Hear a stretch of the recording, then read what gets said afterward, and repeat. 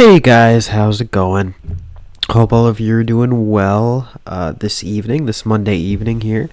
Um, so, I know it's been um, at least a little while since I did a mainstream here on Cozy, but um, what I wanted to do today, I was going to do something on moral theology. I was going to basically give the Catholic, like, uh, give an introductory series on Catholic moral theology, and this is very much related to that. But I noticed this stream the other day, and it just infuriated me. I mean, this guy, he goes by the name of Thomas PGA. I mean, I guess it doesn't go by that name. That is his name.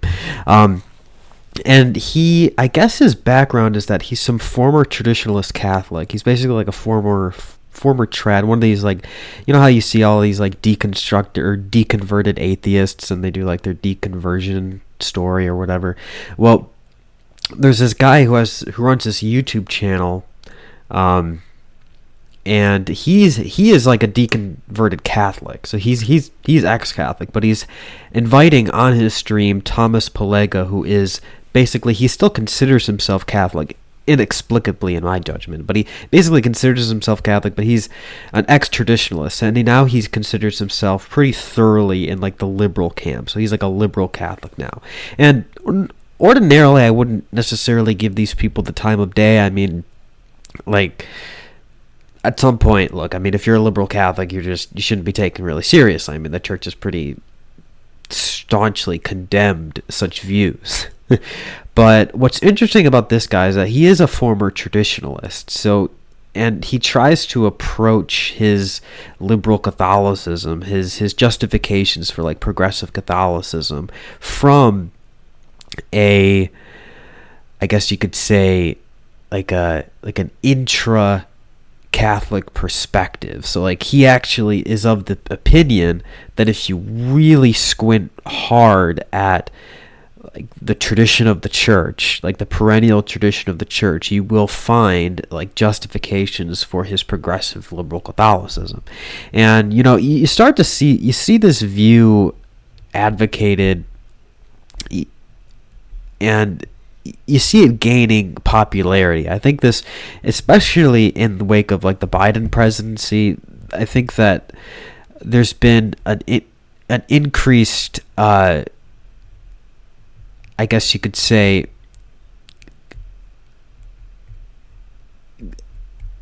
there's been like an increased effort to provide or offer intellectual and theological justifications for liberal Catholicism. And you see that with like people like Tony Annette and other figures on Twitter. But I just wanted to kind of spend the evening here taking apart this interview he did on this YouTube channel, because I do think it provides a lot of good opportunities to actually get at, okay, how do we know that the church is teaching on specifically artificial contraception? That is what this stream is about. Basically, it's his contention, it's Thomas's contention, that a Catholic, like, you could be Catholic, you can profess Catholicism, you can be a Catholic in good standing, and not only dissent from the church's teaching on contraception, but also like you can actually freely, guiltlessly use it. And actually, he goes so far as to say you should use it. So he's actually sort of taken the view that you're sort of strangely under some kind of a moral obligation to practice artificial contraception as sort of a consequence of responsible parenthood. And somehow he can maintain all of that and still claim to be in good standing with the church. So I really want to be taking that apart today. I want to be just really leaving no room whatsoever for his position at the end of the stream. And we'll see how far we get. I mean, we may not get through this whole thing today. We might break this up into 2 parts. We'll see how far we get.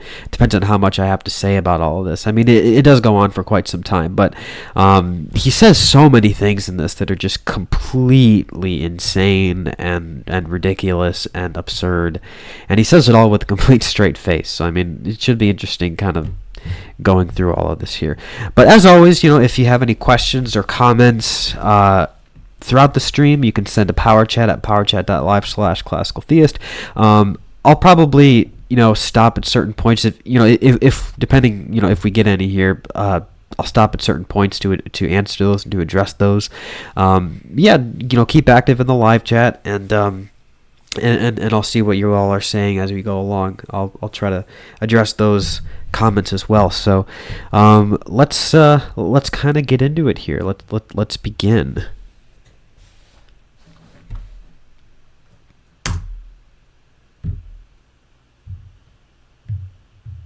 Hello and welcome to Conversations with Catholics. I am Kevin Non-Tradicath, and I'm very honored today to be joined by Thomas PGA. Thomas, what's going on? Tell us a little bit about yourself. Hi there, everybody. So my name is Thomas PGA. So I'm a practicing cradle Catholic. I mean, we probably have a bit of those classic physiognomy checks here. It's it's not looking so good. I've gone, a long journey in the church. I was raised by a very conservative Catholic family, not a traditionalist one. That's something that I actually did myself later in life, after I got out of high school. I became a trad, primarily because I saw, even though I'd gone to Catholic elementary, middle school, high school, that, the whole risorgimento, Catholic world just wasn't transforming people, right? And so I wanted to go and say, okay, if people aren't being transformed, and for me, what transformed is distinguishable between secular people. Right? I'm like, well, what's the point of the religion if you just end up like everybody else? So that's what drew me to traditionalism, as well as, the really serious focus on doctrine. I went through that phase for about 2 years or so. I never got as deep as some people got, but there was a solid year in there where I was very strict, only went to Latin Mass. I was, no sort of... Yeah, so he's basically giving his background as an ex-trad cath. Masonic, liturgy and, all that good stuff. So, I was really strict, and then I kind of, slowly backed up. Because I don't think I ever, there was a moment I'm I'm not trad, right? It was a slow process where it's just this just gets more ridiculous. And a big influence for me was that during that time, I was going to Franciscan University of Steubenville. During that time, I got to experience, a very traddy community, as well as being in... Thomas, you froze a little bit. Once you're back, I'll let you know where you left off. In the meantime, hey Anton, glad you're able to tune in as much as you can. Unfortunately, this other guy's audio isn't as good, but... So we owe this conversation to you. Also, what's up, Daniel?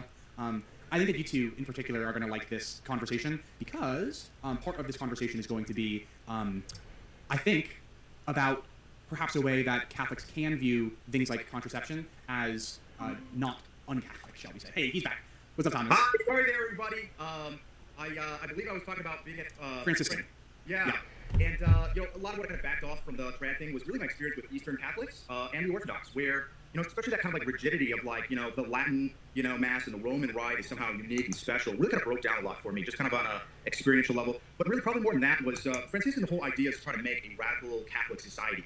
The university is the largest, conservative Catholic university in the United States. And let's just skip over a little bit here. It was a good trick. It was a good try. But when life happens, you're wow, I can't. It's kind of interesting how both of these guys are from Franciscan University of Steubenville, which kind of says something about the tendency of that institution to produce this kind of a Catholic, at least in some cases. And I don't want to say too many mean things about Franciscan, but while they are kind of renowned for their orthodoxy, I think sometimes they also can tend to produce this type as well.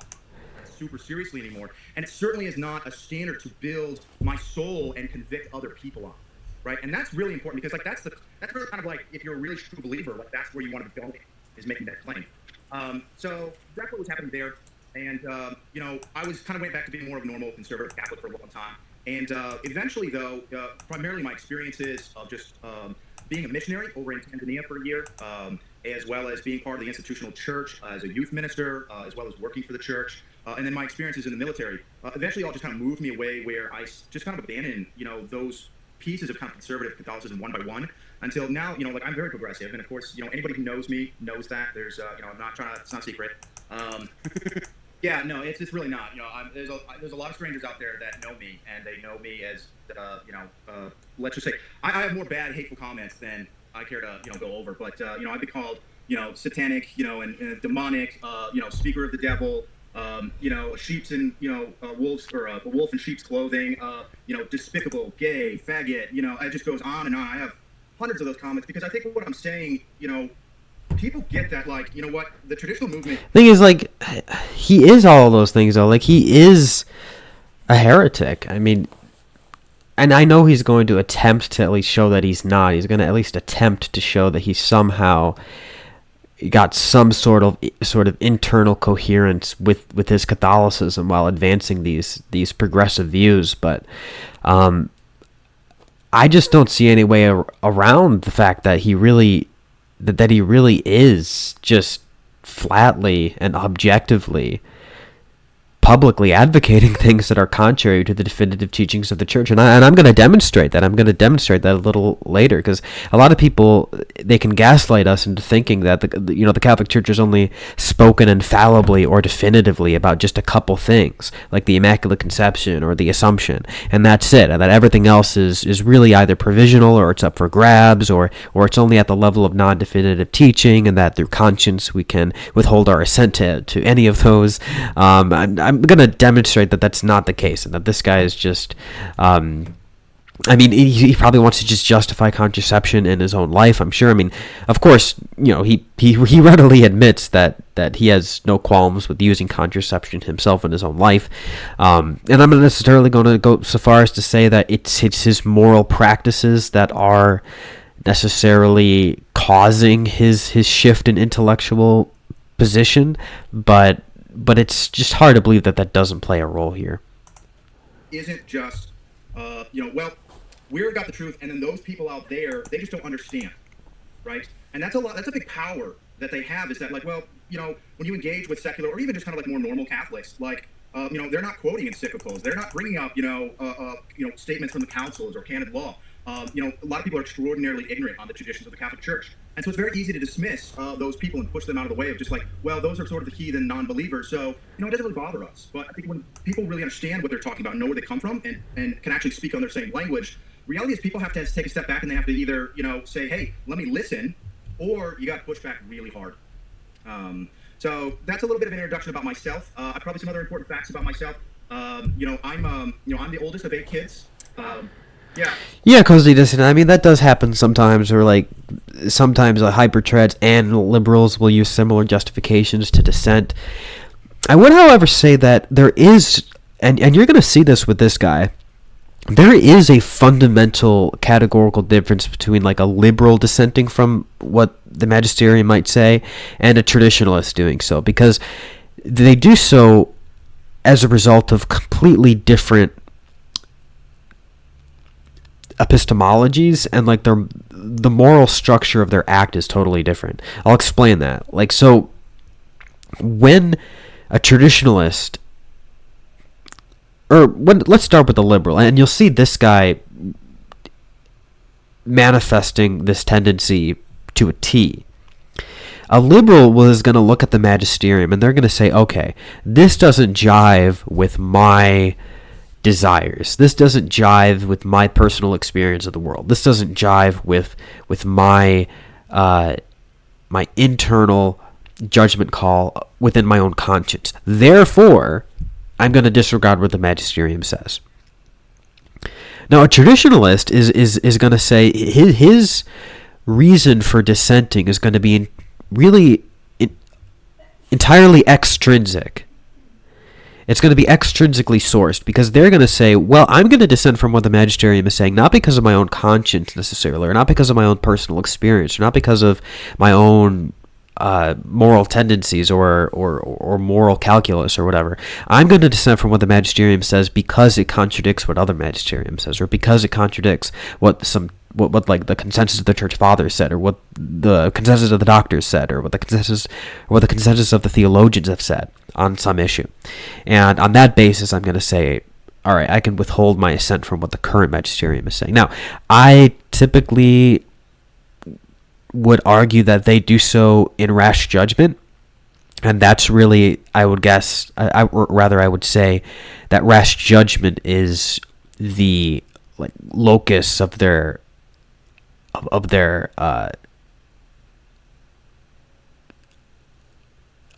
the wrongfulness of their action. But there, you can see how they're like these are fundamentally different psychological states. And so I do push back against people who tend to just conflate these two forms of dissent as though they arise from one and the same motivation. The motivation is quite different. So, that was in my experience of growing up. I was homeschooled for about 4 years when I was in elementary school, which, had a big impact on me. And, now, of course, anybody who already doesn't know me, I got a big Twitter page and account, and, I'm pretty notorious on there, for good and for ill. Personally, right now, I'm taking a little bit of a break, kind of holding off some of it, just to...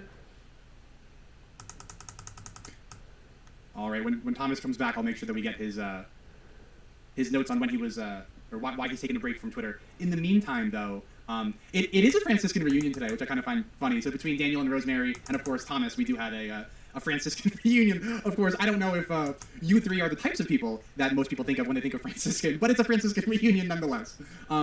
Yeah, demonic, satanic, and other insults and demagoguery really defeat attempts at dialogue. Yeah, well said. That's absolutely true. Oh, and he's back.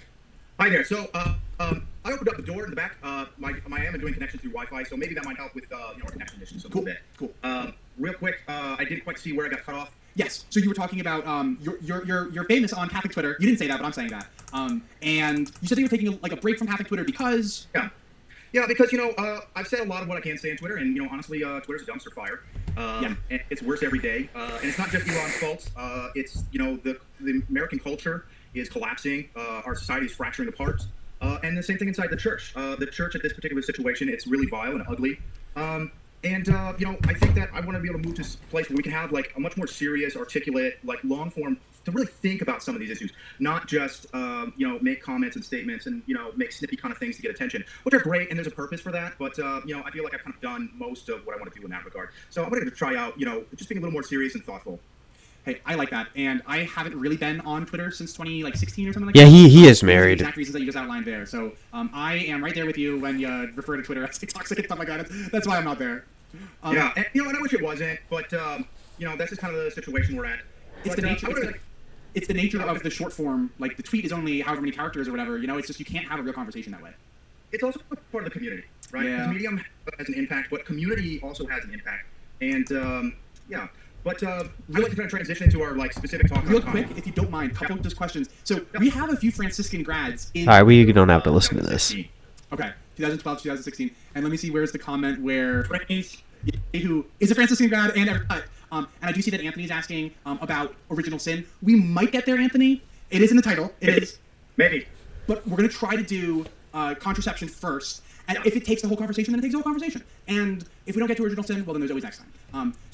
If you want a quick answer to the original sin thing, original sin, as Thomas Aquinas says, comes through the testes, which isn't correct, by the way, but it's actually very close to being correct. And my proposition about original sin really centers around the creation of the state. And because this is, I think, is how we have to really understand, where does original sin really come from? Where our obligations come from? How does that combine with evolution? But he is right, because it comes from the act of human generation. So, I mean, how is he wrong about that? And the, our understanding of the natural origin of man, and most importantly, our own experience, right? So that's a quick answer, but unfortunately, we're gonna have to wait for the rest of it. No worries. So just to tee up today's discussion, the way that you and I were kind of introduced to each other was through our mutual friend Anton. And Anton told me, he said, you would be really interested in talking to Thomas. He has a lot of really interesting hot takes, one of which is on contraception. So that's the topic that we're going to start with today. And we might dwell on contraception the whole time. But with that, Thomas, you're a Catholic. And Catholicism traditionally has all these rules about contraception, but anybody who's read your Twitter knows that your takes on contraception are a little bit different than what might people have considered the traditional Catholic approach to contraception. So what is all of that about? What is, I guess, the traditional view, and why do you disagree with it? Yeah, so I'm going to bring up my notes here, because I want to read something that's really important. All right, so we're going to have a discussion on this issue. And I would just like to very humbly say that of everything that I have to say, I don't think anything is more important than what our blessed John Paul I, not the second, but the first, who is in heaven right now looking over us, what he had to say on this issue, right? And I want to be able to start that. So let's hear what blessed John Paul I has to say on contraception. It would seem not to go against... Yes, let's, because you're totally going to misconstrue what he said. Nature, if manufactured in imitation of natural progesterone, one would use it to distance birth from the other, to give rest to the mother, and to think of the good of children already born or to be born. For me, this is the biggest theological issue that has ever been dealt with in the church. When there was Arius or Nestorius, they were talking about the two natures in Christ. They were very serious issues, yes, but they were understood only by the top of the church, by theologians and bishops. The poor people understood nothing about these things and would say, I adore Jesus Christ. I love the Lord who redeemed me. This, a problem that is no longer concerns the top leadership of the church, but the whole church, all young families. Of course, for the lawfulness of its use, the circumstances must concur. Righteous intention, that is the intention of bringing into the world, over the years of fecundity, the number of children that can be appropriately supported and educated. That's Blessed John Paul I. That's after coming out of Humanae Vitae, and unfortunately, Blessed John I was only Pope for 1 year. Or not 1 year, 1 month. So let's talk a little bit about that. Let's talk a little bit about what Pope John Paul I said. It's important to understand that Pope John Paul I, he did have these sort of reservations about the church's line on artificial contraception, on artificial birth control. It's important to point out, though, that as the debates of Humanae Vitae were going on, there were a lot of theological nuances about contraception that were not really well understood by all at the time. Everybody was in basically universal agreement that for example, the barrier method or the pull-out method or these more, I guess you could say, straightforward means of frustrating or thwarting the teleological end of the marital act. Everybody was basically in agreement that was malum in se, that was evil, that was intrinsically evil, cannot under any circumstances be justified. And that more straightforwardly, like I said, reflected the perennial teachings of the church. Every basically Orthodox theologian at the time of the Birth Control Commission understood and readily conceded that contraception, understood in that sense, was obviously wrong. It was just clearly the sin of Onan. And the question didn't have so much to do with whether contraception was evil, because everybody acknowledged that. The question really had to do with, does artificial methods of birth control, do all of those rise to the level of a formally contraceptive act? Because there was this understandable question of, okay, what is this chemical actually doing? Is the impact that this chemical has on the woman's body indirect enough to fall short of the malice of contraception, which consists in, as Pius XI said, the malice of contraception, and I'll read his condemnation of it. One second, let me just grab it.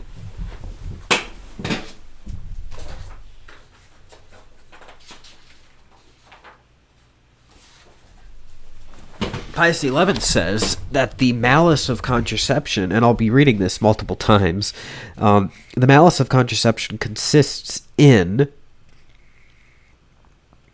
any use whatsoever of matrimony exercised in such a way that the act is deliberately frustrated in its natural power to generate life.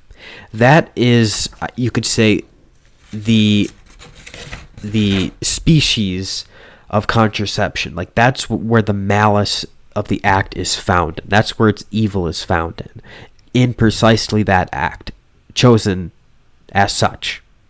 And so the question is, does artificial birth control rise to that level necessarily?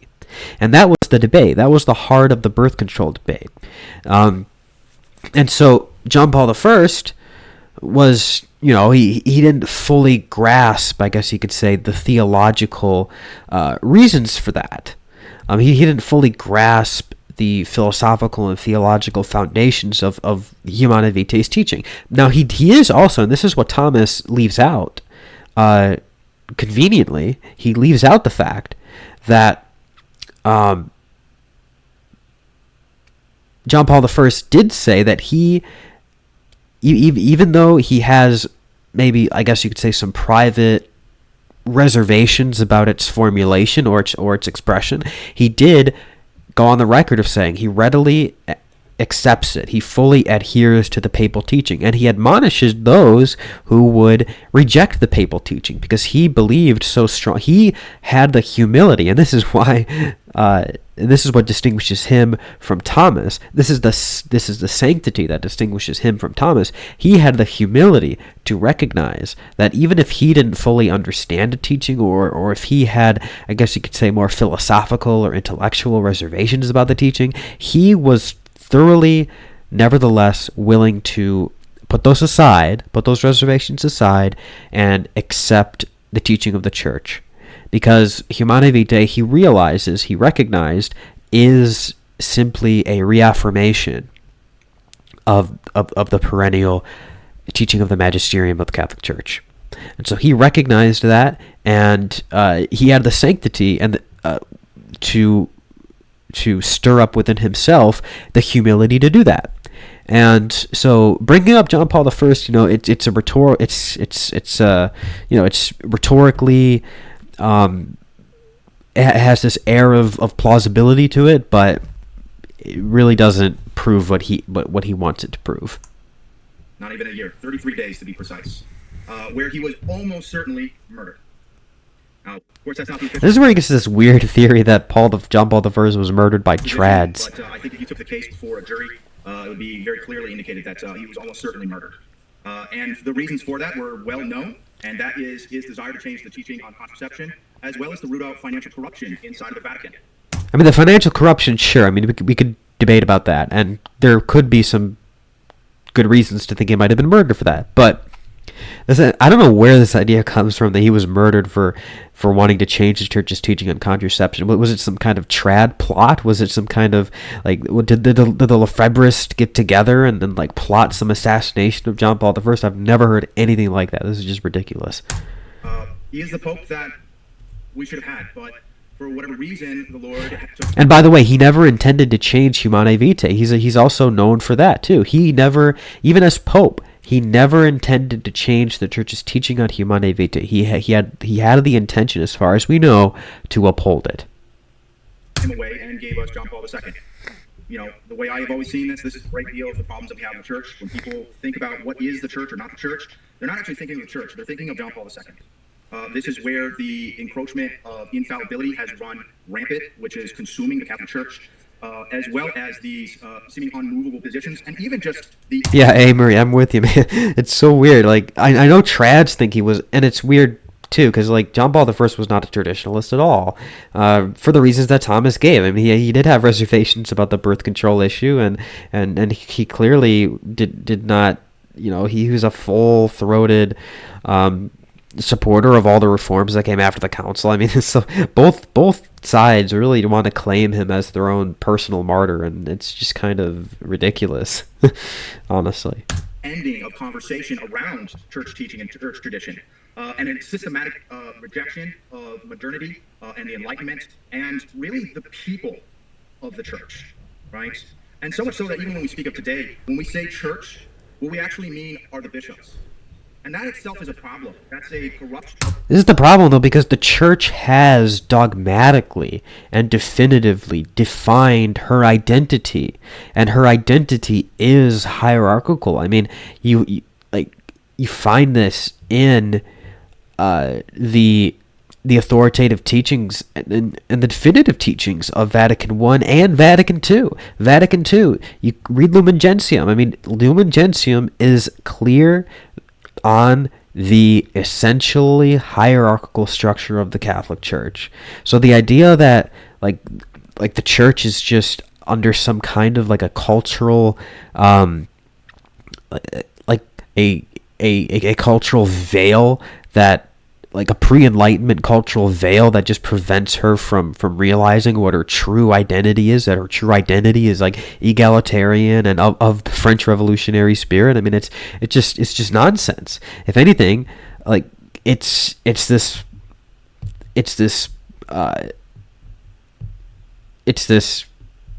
post-enlightenment egalitarian cultural zeitgeist that bears the mark of transience, not the church's perennial hierarchical understanding of herself. Our thinking of way of the church is that it doesn't include people sitting in the pew. It includes a tiny aristocratic monarchical system that takes on the identity of the whole church. And this actually gets to the second quote that I want to go through, and that is from But I mean, this also goes against the marks of the church. The church is apostolic. Her apostolicity is essential to her very identity. Like, this is one of the four marks of the church. So, and her apostolicity is integrally woven in her episcopal structure. I mean, this is just how the church has defined herself consistently across centuries.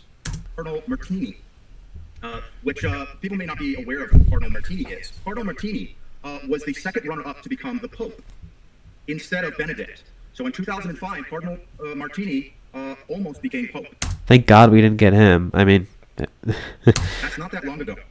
And Cardinal Martini made the famous quote that said that the church is behind the times by 200 years.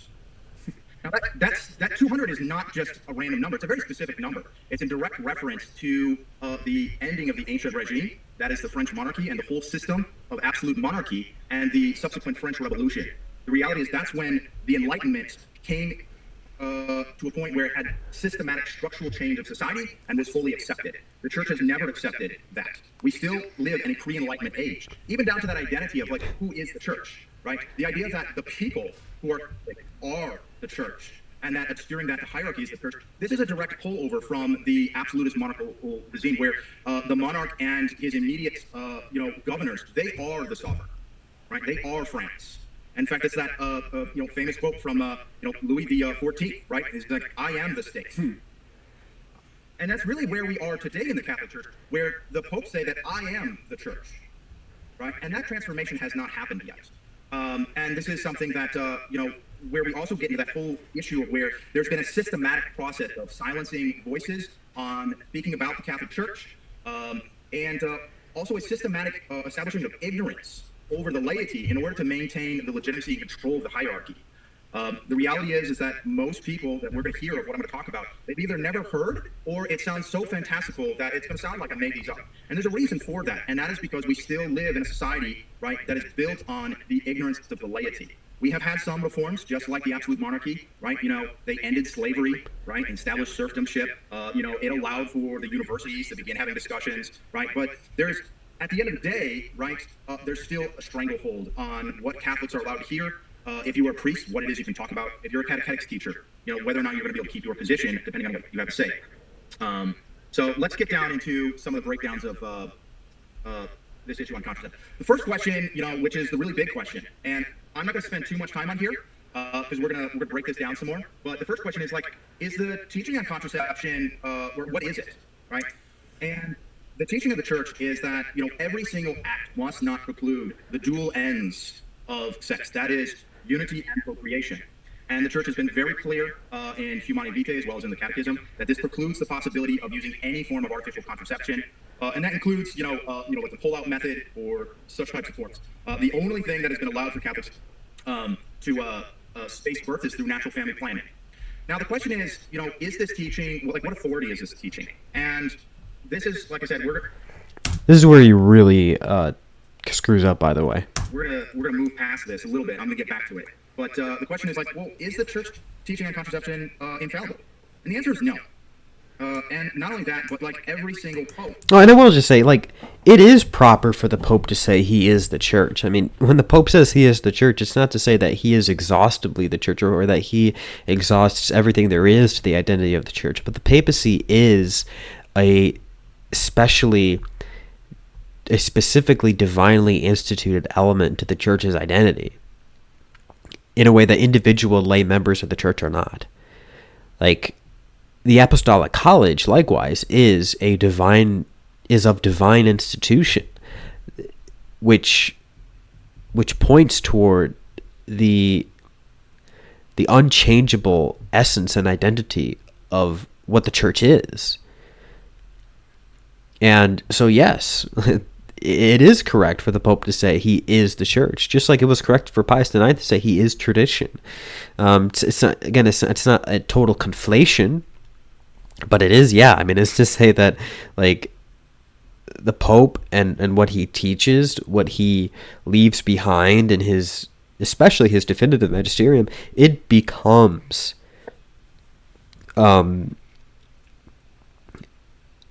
integrated, incorporated into the very soul of the church. The soul of the church, properly speaking, is the Holy Spirit. And when the popes leave behind their imprints on the church's magisterium, this is, like, over a certain period of time, this is evidence of the Holy Spirit's direct activity in the life of the church, in a way that is just not the case with just an individual lay Catholic behind his computer, such as myself, right? I can't do that. I don't have the charism to do that. Only the Pope and the bishops do. Only the Pope and the bishops can contribute to our proximate rule of faith that has the direct assistance of the Holy Spirit. Now, we can talk about the sensus fidelium, the sense of the faithful collectively, but of course our epistemological recognition of what the sensus fidelium is can never be considered in opposition to the magisterium of the church. So this is totally wrong-headed, absurd thinking. Has confirmed that it is not infallible, starting with Paul VI and everyone since. So this isn't some super controversial perspective, and we're going to talk about why that is. And the second thing is that, if it's not infallible, what kind of teaching is that? And the reality is that the teaching on contraception is an authoritative teaching of the church, which does not require, as outlined by Vatican II, does not require the assent of faith. Rather, it requires what we call... Yeah, I want to say a bunch of things about this. We'll let him finish, but I have a lot to say about the authoritative weight of Humanae Vitae. Religious assent. Now, religious assent and assent of faith are important distinctions in Catholic doctrine, as religious assent means that you need to take the teachings of the Catholic Church, as promulgated authoritatively and universally, extremely seriously, and you need to not just merely dismiss them, but you need to take a serious inquiry with your own conscience, and that's through our... That's not what it means. Okay? The requirement to give religious assent to the non-definitive teachings of the magisterium, it's not just that you take them really seriously and you give them their due reverence and you give them the due consideration. No, it means, and this is spoken of in the profession of faith, by the way, the Professio Fidei, which is infallible, by the way. It is definitive teaching. The profession of faith says, and I'll quote it here,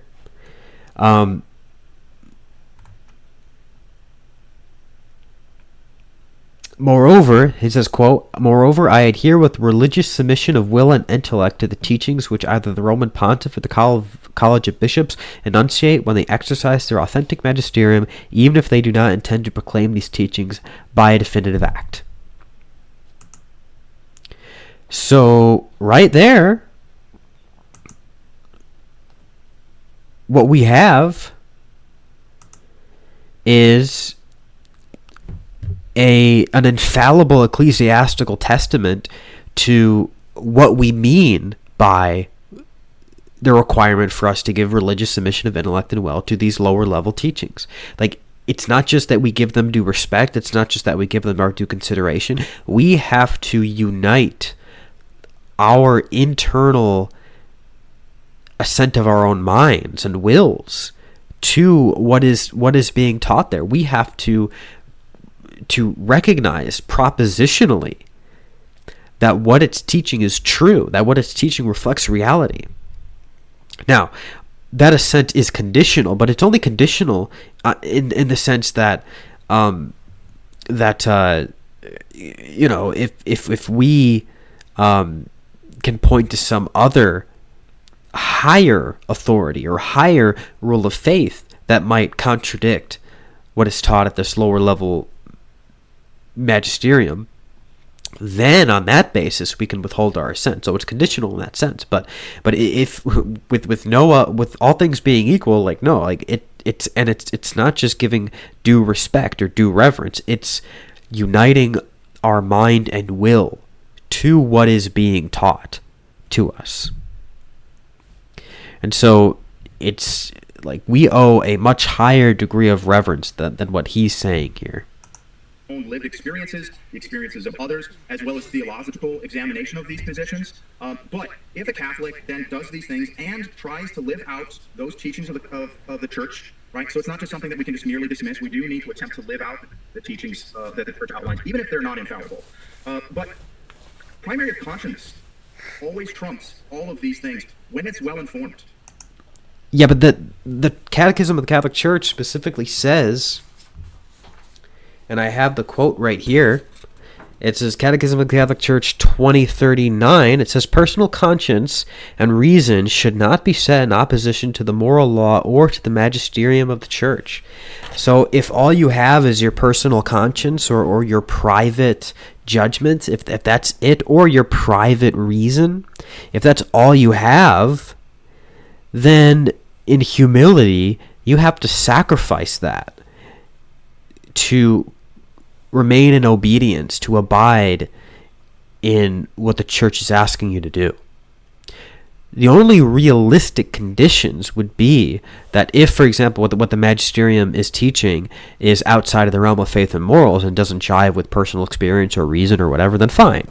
You can disagree with the prudential judgments of the magisterium in those limited cases.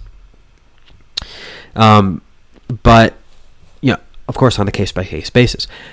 But if the church is teaching on a matter of faith or morals, then I would say, and I think I'm in very solid ground. I mean, if you look at all these other teachings of the church about the assent we owe to non-definitive teachings, I mean, we have all sorts of documents. I mean, we have Satis Cognitum, we have this profession of faith, we have Pius IX, Pius XI, Pius XII, we have Dona Veritatis, Humani Generis, etc.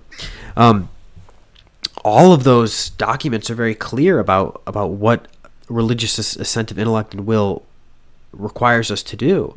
And I would say, like I was just saying, like the only condition under which I can see a legitimate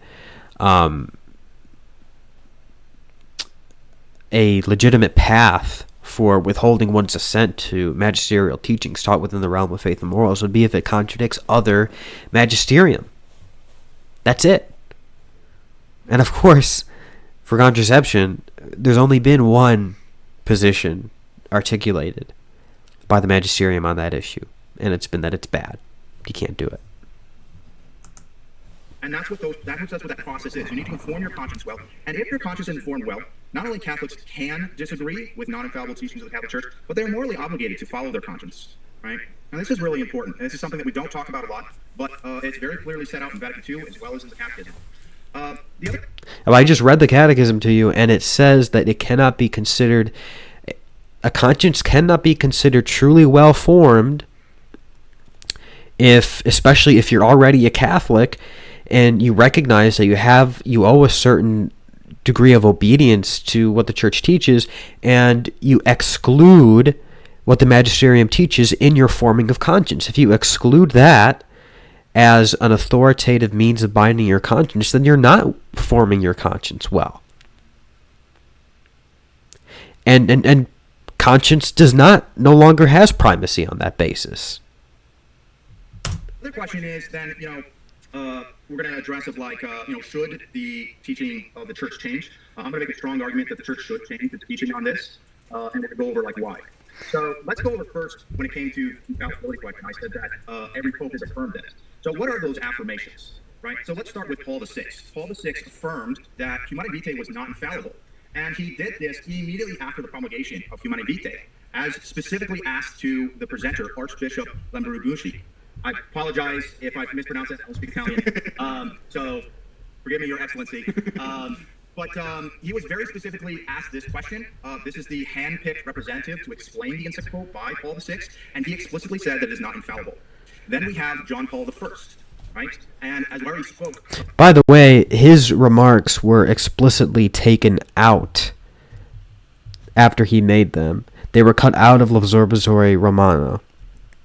Okay, so that may have been his private opinion, and yes, he was tasked, of course, with explicating the teaching of Humanae Vitae, but when he said that, those remarks were edited out. They were taken out, presumably because he was wrong on that front, right? Presumably because he was wrong on that, and clearly what he was teaching didn't jive with the intention of the Pope. So I think he's misrepresenting the facts there pretty clearly. But I want to just really quickly just argue for the infallibility of Humanae Vitae. And by the way, we don't need Humanae Vitae. Humanae Vitae, we don't really even need it to establish the infallibility of the Church's teaching on contraception. It's not really needed because we already have Casti Connubii, and it's Casti Connubii really that I would argue is the main way in which the Church has infallibly declared this teaching. Like it really is. It's Casti Connubii, because Casti Connubii has the most solemn language. But I do want to just quickly address this really quickly. I also wanted to say that there's one theologian who wrote a book on the infallibility of Humanae Vitae. He argued for its infallibility, and he received a personal letter of thanks from Pope John Paul II. So I don't know where Thomas is getting this idea that John Paul II disputes its infallibility. I mean, he clearly doesn't. But yeah, let me just read Humanae Vitae really quickly, that part of it, and then we can kind of establish from that what if it fulfills the criteria of Vatican I, because that is really what we're getting at. Like, if a teaching of the Pope fulfills all the criteria of Vatican I, then it rises to the level of a definitive irreformable teaching. Like, that's it. That's all you need. And whether this theologian or that theologian like agrees or not, it's irrelevant, because this is a negative charism. Like, papal infallibility is a negative charism. So it requires no special or magic words, no specific formula. If it fulfills the criteria of Vatican I, then it fulfills the criteria of Vatican I. It is therefore an instance of the infallible exercise of the papal magisterium. So let's read just really quickly this passage from Humanae Vitae, and you tell me, okay? Pope Paul VI says, quote, "Therefore we base our words on the first principles of human and Christian doctrine of marriage, and we are obliged once more to declare that the direct interruption of the generative process already begun, and above all direct abortion, even for therapeutic reasons, are to be absolutely excluded as lawful means of regulating the number of children, equally to be condemned, as the magisterium of the Church has affirmed on many occasions, is direct sterilization, whether of the man or of the woman, whether permanent or temporary. Similarly, excluded is any action which either before, at the moment of, or after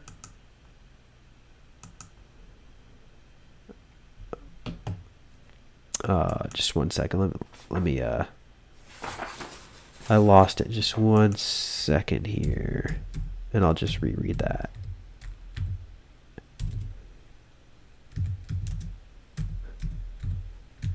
Just 1 second here. All right, I got this pulled up now, and we were at number 14.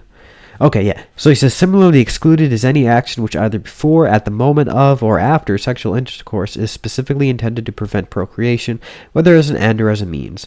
Neither is it valid to argue as a justification for sexual intercourse which is deliberately contraceptive that a lesser evil is to be preferred to a greater one, or that such intercourse would merge with procreative acts of past or future to form a single entity, or so be qualified that exactly the same and so be qualified by exactly the same moral goodness as these.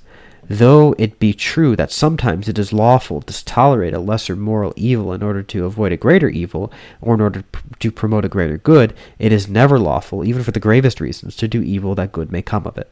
In other words, to intend directly something which of its very nature contradicts the moral order, and which must therefore be judged unworthy of man, even though the intention is to protect or promote the welfare of an individual, of a family, or society in general.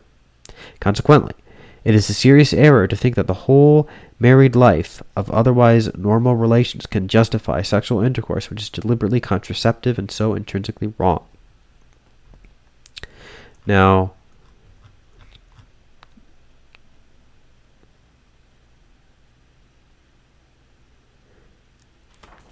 I believe there's just one other thing to quote from that document.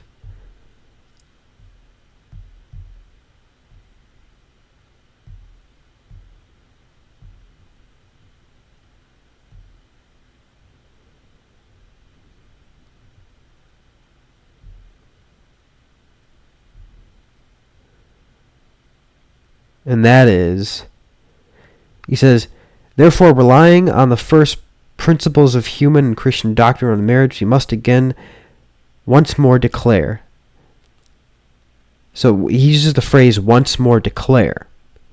So that kind of is indicative of sort of a solemn occasion of this judgment. And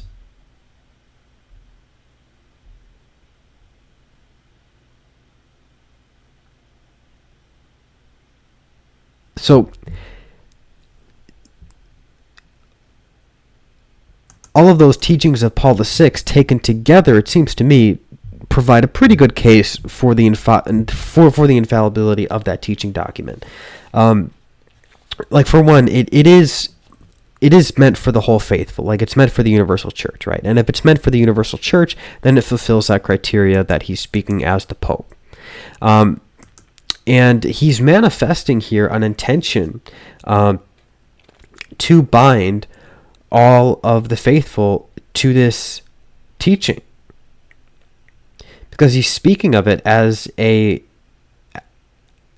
declaration, that is presumably binding on everybody. So he really is manifesting here an intention to intervene in this definitive act on the specific subject. So, and really that's all that's needed. Like, it's just needed for the Pope to manifest an intention to bind all the faithful on a teaching on faith or morals, as to be definitively held by all. Like that really is what is necessary for infallibility. Now, I grant you that the language in Humanae Vitae is less clear than the language in Casti Connubii. I will grant you that. Okay. And so I can concede that there may be room for debate about its infallible status, just in itself. But it is really doing no more than reaffirming what was already taught in Casti Connubii. And let me read you Casti Connubii, because Casti Connubii is really, I think, what leaves no room for doubt as to the definitive nature of this teaching of the Church on contraception. Casti Connubii says, since, therefore, openly departing from the uninterrupted Christian tradition, some recently have judged it possible to solemnly declare another doctrine regarding this question. The Catholic Church, to whom God has entrusted the defense of the integrity and purity of morals, standing erect in the midst of the moral ruin which surrounds her, in order that she may preserve the chastity of the nuptial union from being defiled by this foul stain, raises her voice in token of her divine ambassadorship, and through our mouth proclaims anew. Any use whatsoever of matrimony exercised in such a way that the act is deliberately frustrated in its natural power to generate life is an offense against the law of God and of nature, and those who indulge in such are to be branded with the guilt of grave sin. We admonish, therefore, priests who hear confessions, and others who have care of souls, in virtue of our supreme authority, and in our solicitude for the salvation of souls, not to allow the faithful entrusted to them to err regarding this most grave law of God, much more that they keep themselves immune from such false opinions and in no way conniving in them. So, now that is pretty clear. Like, there's no room there for doubt as to the definitive nature of that decree. Like, and if you do, I mean, you're just, like, you're trying to sell something, okay? Like you're dishonest at that point. So there's no room with Casti Connubii. And Humanae Vitae is really just a reaffirmation of what Casti Connubii teaches. And Humanae Vitae is also using this, like, solemn language, manifesting an intention to bind in the form of an explicit declaration on this point. And so there's really no room, I don't think, for a Catholic to dissent from this teaching, either internally or externally. The quote there, that is him outlining the fact that he doesn't believe that it's infallible, and that he actually looks forward to a liberalizing of the teaching.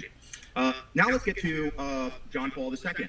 And John Paul I never said he looked forward to a liberalization of the teaching. He never said that. So John Paul II really wanted to be able to make a extraordinary, that is an extra-thedra definition statement on the church teaching of contraception. First off, the fact that he wanted to do this is a confirmation that he understood that this is not an extraordinarily infallibly defined teaching. And that's wrong. That's wrong, because the church has many times intervened definitively on the same question. Like, having a repetition of infallible statements of the church on a particular matter is not uncommon. I mean, in the early ecumenical councils of the church, you had reaffirmations of the same teachings in ex cathedra form regarding, say, the divinity of Jesus, the divinity of the Holy Spirit, the divine Trinity, etc. Like, it's not uncommon for the church to reaffirm infallible teachings and to restate them infallibly. It was then Ratzinger, future Pope Benedict, who persuaded him not to make this statement. Right? So we now have Paul VI, John Paul I. I mean, maybe it was because he didn't see it was necessary. It's already been established. It's already been articulated. I mean, I wish he would have done it, but I mean, it's already baked in the cake. John Paul II and Benedict all confirming that the teaching on contraception is not infallible. And then we have Pope Francis has explicitly confirmed that the teaching of contraception is not infallible. This is very clearly outlaid in his Canadian interview. That is the interview in the plane when he was leaving Canada, where he specifically asked on the question of contraception and whether or not the church could or would change the teaching. And he outlined that the church is always developing and that it's wrong to do theology with a no in front of it. That's where that quote comes from. And he specifically praised the work of the Pontifical Academy of Life, which, for those who might not know what that is, that's basically the Pope's private think tank. And they have published a work calling for the change of the teaching of contraception. So we now have that every single Pope has affirmed that the teaching of the Catholic Church with the issue of contraception isn't infallible. So he's wrong on all that. Like, well, not exactly wrong on Pope Francis, but he is wrong on John Paul I. He's wrong on Paul VI. He's wrong on John Paul II. He's wrong on Benedict XVI. We're also going to go through, there's conditions. Some people would like to try to say, well, maybe there's not an extraordinary definition. which is important because if it's not extraordinarily defined, it's not universally and absolutely binding on all conscience. That is, that requires the assent of faith, right? And some people will try to bring up this question, right? Like, is it defined by the ordinary, infallible teaching of the church? And one of the requirements, as again outlined by Vatican II, is that the Pope has to speak in total communion with all of the popes, or all the bishops. My bad. We only got one Pope, folks. Right now. See, that's not really what it's about. Like, the ordinary universal magisterium is just pertaining to, like, the undeclared, undefined, you could say, infallible magisterium of the church. In other words, what the church has always and constantly and uninterruptedly taught across all ages, and what is attested to by the unanimous teaching of the Pope and the bishops in union with him. So, and that has been done. I mean, it's been the uninterrupted teaching of the church up and down the centuries on this point of on contraception. I me's that's easy to show, right? Like, all fathers are unanimous on this point. All of the teachings of the popes are in agreement on this point. All the teachings of the theologians, the doctors, are all in agreement on this point. I don't even think he disputes that at least from a historical point of view. Like, it's all been consistent. What he's saying, though, is that if he can find basically one bishop's conference or one bishop that like dissents from the teaching, that therefore it falls short of like the ordinary universal magisterium. But that's ridiculous because, first of all, that like it doesn't require the literal consent of every bishop. I mean, it refers to as kind of like a moral union, for one. For two, if one bishop dissents by breaking communion with the Pope, then he doesn't count. Like, he's written off because this pertains to all the bishops in union with the Pope. So the Pope is the principle of unity in this sort of like universal attestation to the constant teaching of the church. Right now, a couple hundred years ago, we had three at once. So I was gonna say, if we do, it's bad. So it happens. It happens. But it's bad. You're only supposed to have one. When Humanae Vitae came out in 1968, 2 months later, which, by the way, like, I'm Catholic, you're ex-Catholic, you know that, like, the Catholic takes 1,000 years to do anything. Yes, nothing happens quickly in the Catholic Church. But this is an important exception, and I think it just, like, clarifies how serious this is that 2 months after the promulgation of Humanae Vitae, the Canadian Conference of Catholic Bishops issued their Winnipeg Statement. The Winnipeg Statement explicitly, in very clear language, rejects the teaching of Humanae Vitae. This means that not all the bishops have assented to this teaching. And still to this day, the Canadian Conference of Catholic Bishops have not rescinded that document. In fact, they've had a vote on it to remove it. And it was... Well, that's good for them. I mean, they're just... Then they're in schism, okay? Like, insofar as they dissent from the magisterium of the church on this point, then that's their problem. It's not accepted. So that statement is still true. Not all the bishops of the world agree with Humanae Vitae. Now, we're going to go into some questions, and I think, this I think is obviously more than proof enough of the question of, like, whether or not, it's infallible and can change. But I found that some of this stuff is just so hard for people, right? And you're like, okay, well, maybe Thomas, like, that's a bunch of documents and stuff, but but the church has never done this. So, like, how can you say this? Like, this seems very speculative, and, like, maybe not. Like, I'm just not really buying it, even if maybe I can't follow your logic. But, like, the church has never done this, so, like, why should we even take this seriously? So let's go over the question of authoritative, teachings of the Catholic Church. Like, have they changed? Right? Yes, let's. And this is where it gets really interesting, because this is where his claim is basically that the church has already changed her teachings on these other issues, like usury, slavery, religious liberty. And so if the church has already changed her views on these things, well, then okay, now we can, now it's open season. Now, like, we can just contracept all over the place because church has already changed her teachings on those things. Everything is provisional, therefore everything is up for grabs. That's not what he says, but that's the conclusion of what he's saying here. And so let's continue. And, like, how is the framework in which that transformation happens, and what do those look like? So I think for me, and just kind of my conception of the church in regard to morals, I really see that there are primary, like, 4 key phase transitions that the church has gone through in its radical redefining and transformation of its idea of morality and what it teaches. So the first is pacifism. So for the first couple of centuries, the vast majority of Catholics, now there was no official promulgation on this issue, but there was also almost no official promulgation on anything because, Christians were very brutally persecuted and were an underground church during the Roman Empire during this period. But the common belief, which is important, that's not the same thing as official teaching, but the common belief of most Christians was that all war is intrinsically wrong. And not only is it intrinsically wrong, I think it's hard to really discern that, though, because with all those patristic statements on like pacifism and war, they're written they're shrouded in such ambiguity that that you really can't make a definitive statement one way or the other necessarily. I mean, you could say that certainly the emphasis is certainly on the side of condemning all war, but to absolutize that, we don't really have the ability to do that from what's written in those teachings. And it doesn't take very long for the church to begin to articulate the foundations of just war theory. I mean, Augustine isn't all that late.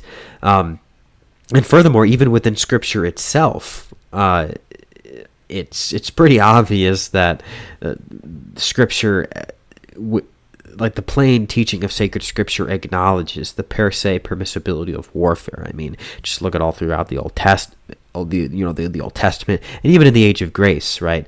The centurion, for example, is not condemned for his profession, and that's very important to understand. That that the Roman centurion is not condemned for his profession. And if he's not condemned for his profession, then that kind of implicitly acknowledges a per se legitimacy to the profession itself. So I think his pacifism argument just doesn't really work. Wrong, but that it is wrong for any Catholic to be able to go into the military. This was a big sticking point. That's actually why even after the empire converted, almost all of the Catholics who were in the military were still Arians. A lot of this had to go from, again, trying to move and push away from this idea that Catholics can't conduct war in self-defense. However, once the empire was converted through pressure from Constantine, as well as the bishops themselves, and I think more importantly, that transition of where now Catholics had an obligation, not just as individuals. Right? Here's the thing, though, you don't have like already an established tradition of refined thought yet on this issue. Just as you didn't have that when it came to the divinity of Jesus, or how the Trinity was to be understood, or these other Christological issues, and it required the Church's magisterial intervention on them to provide like an established, clearly articulated, intelligible understanding of them from a doctrinal point of view. And same is true with how the Church views the use of war. And even now, like if you look at just war principles, very few wars in certainly European history and certainly modern history, almost certainly, very few of them really passed the smell test of an actual just war. So I mean, I guess what I'm saying is that the pacifist bent is still, I would say, very much in play here, but it's just not absolute,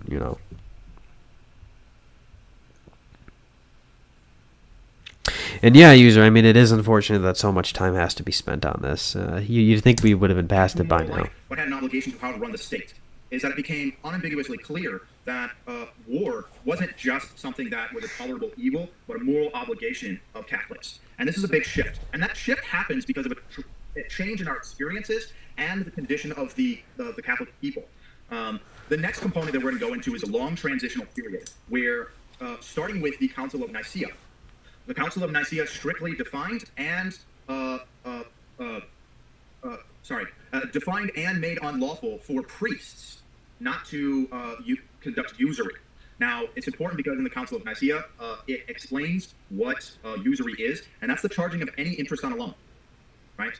It's very important. I know a lot of people talk about, Yeah, and this is a pretty key issue. I mean, you have John T. Noonan, who is very famous for advancing the theory that the church had fundamentally changed the teaching on usury, and as a result of that change, we can expect, or we can at least hope for, some kind of substantial reversal of the teaching of contraception. We'll get into why that doesn't work in just a second, but we'll just let him finish this thought. Saying that usury is still wrong, which according to the Catholic Church it is, but the definition of what usury is has changed, and it started with the Council of Nicaea, where it included no interest rate. However, this only applied to priests.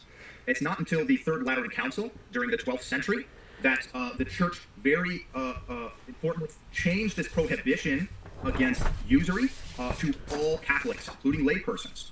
And this is in the canons of the Third Lateran Council.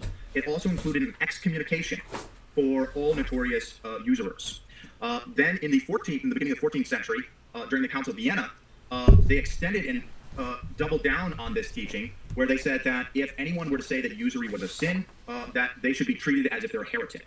So these are really extreme, increasing levels of teaching, but none of these ever extend to the point of infallibility.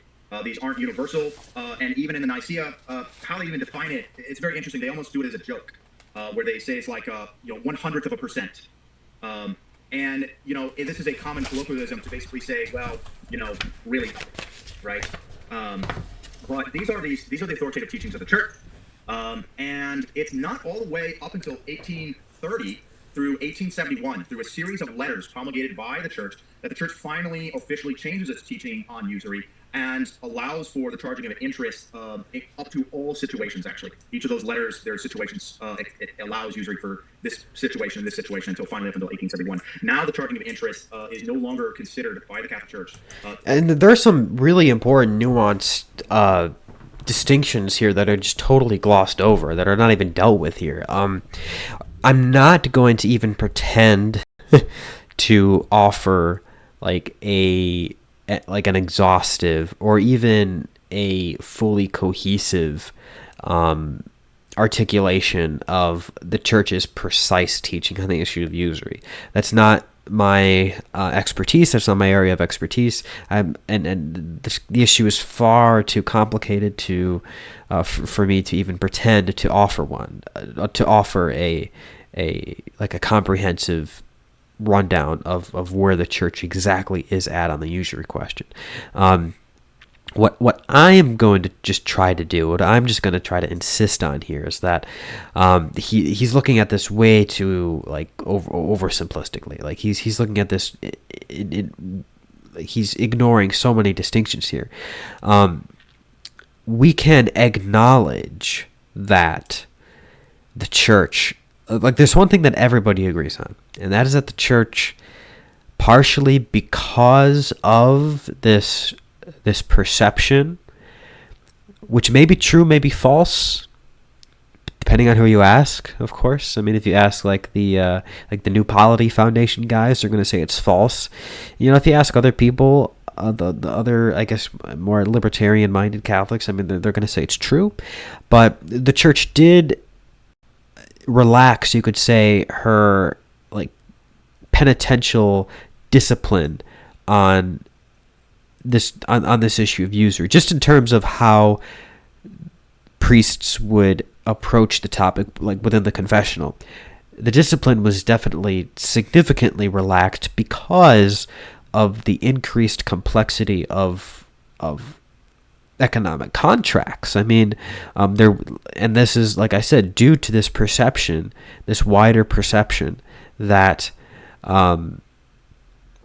that money had become, you could say, productive of itself, and that what were always considered as legitimate forms of interest, namely extrinsic titles to interest, that the conditions for fulfilling the criteria for having an extrinsic title to compensation on a loan broadened significantly as a result of these radical shifts in commerce and in how money was dealt with and exchanged over this period of time, such that it was basically thought of that any loan within this current economic milieu that we're in has with it a presumption of I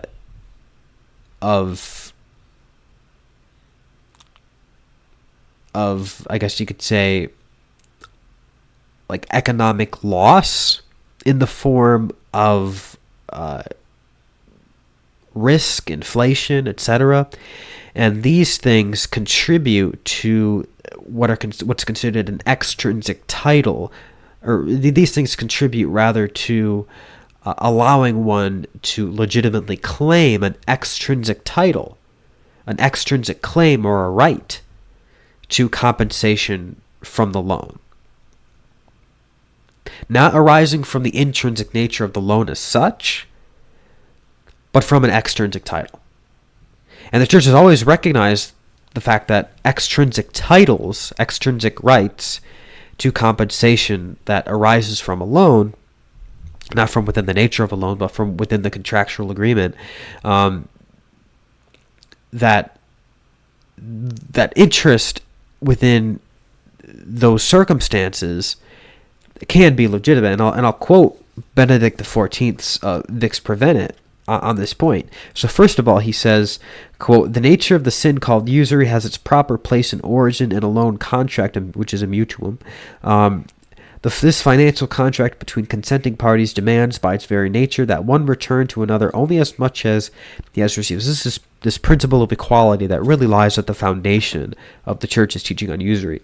The sin rests on the fact that sometimes the creditor desires more than he has given.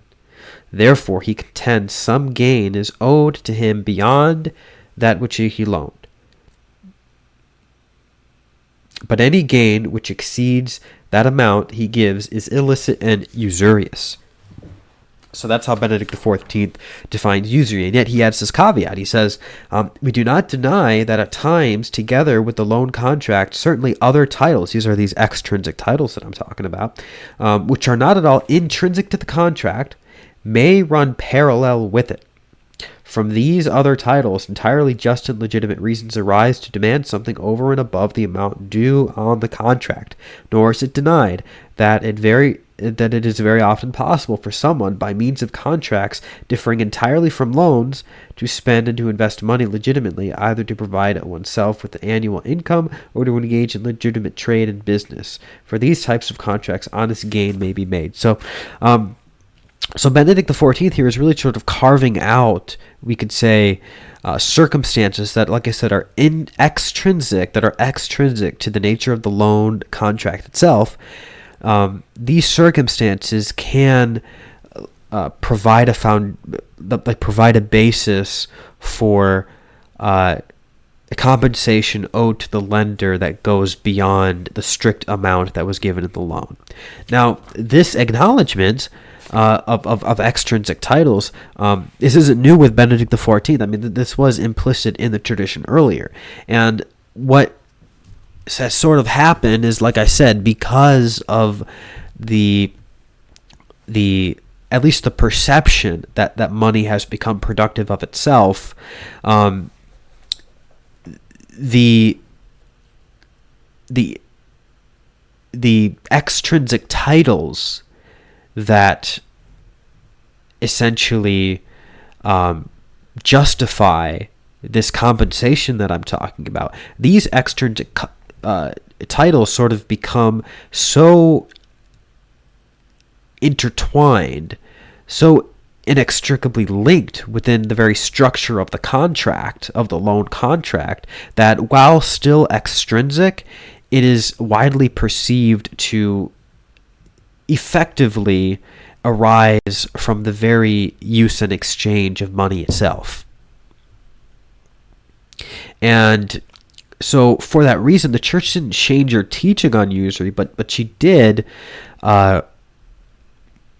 basically sort of like almost wash your hands of the situation in terms of concrete practical applications of the teaching and say, look, we're just going to kind of presume that people that people have like a legitimate extrinsic title to this to this interest here, and we're not basically going to pester these people within the confessional.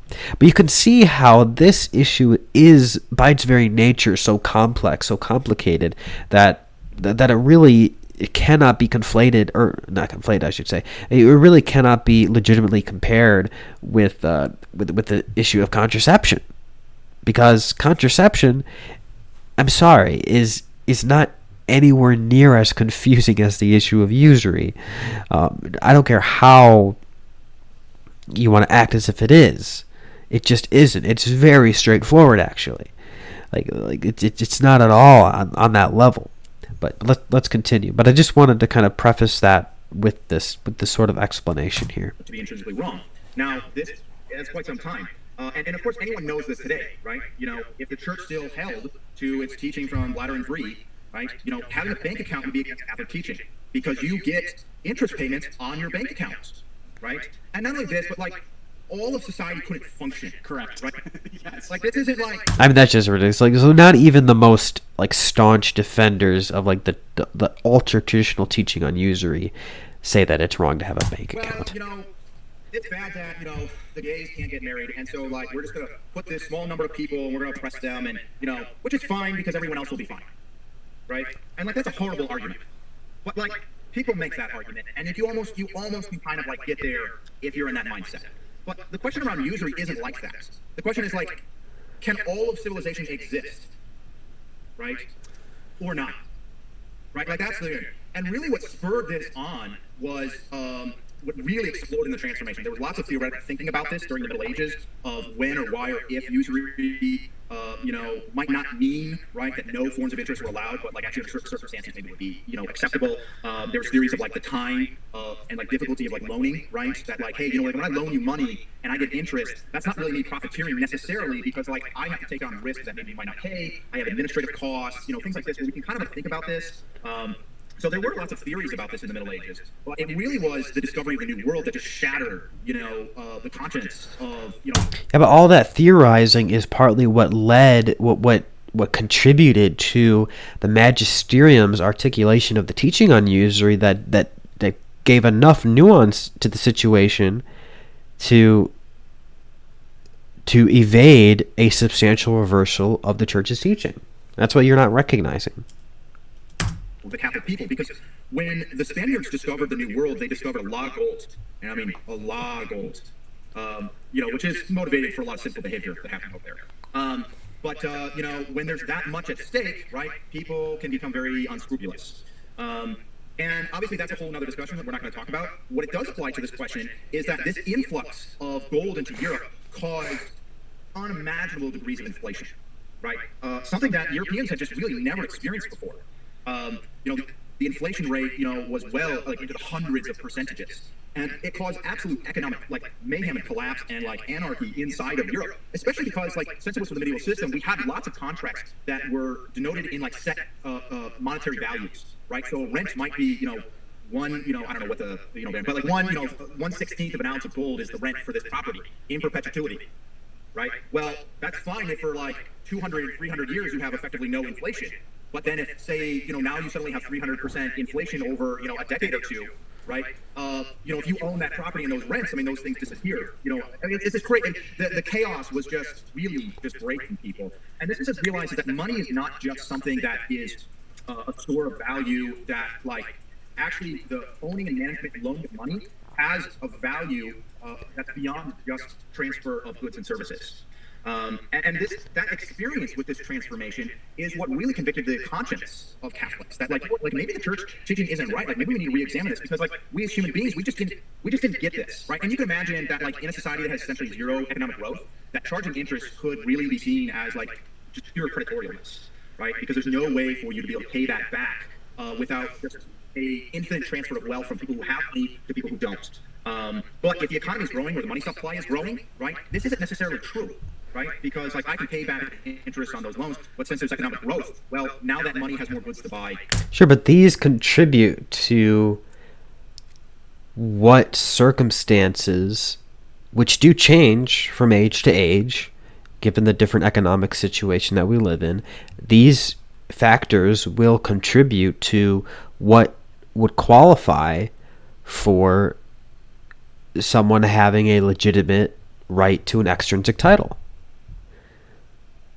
So again, like it's not so much a reversal of what the church actually taught, it's recognizing what situations from age to age, how that teaching is applied to different situations. And there's always been enough nuance within the church's teaching to recognize these economic shifts as playing into that. Or if there's inflation, right, the value of that money changes over time.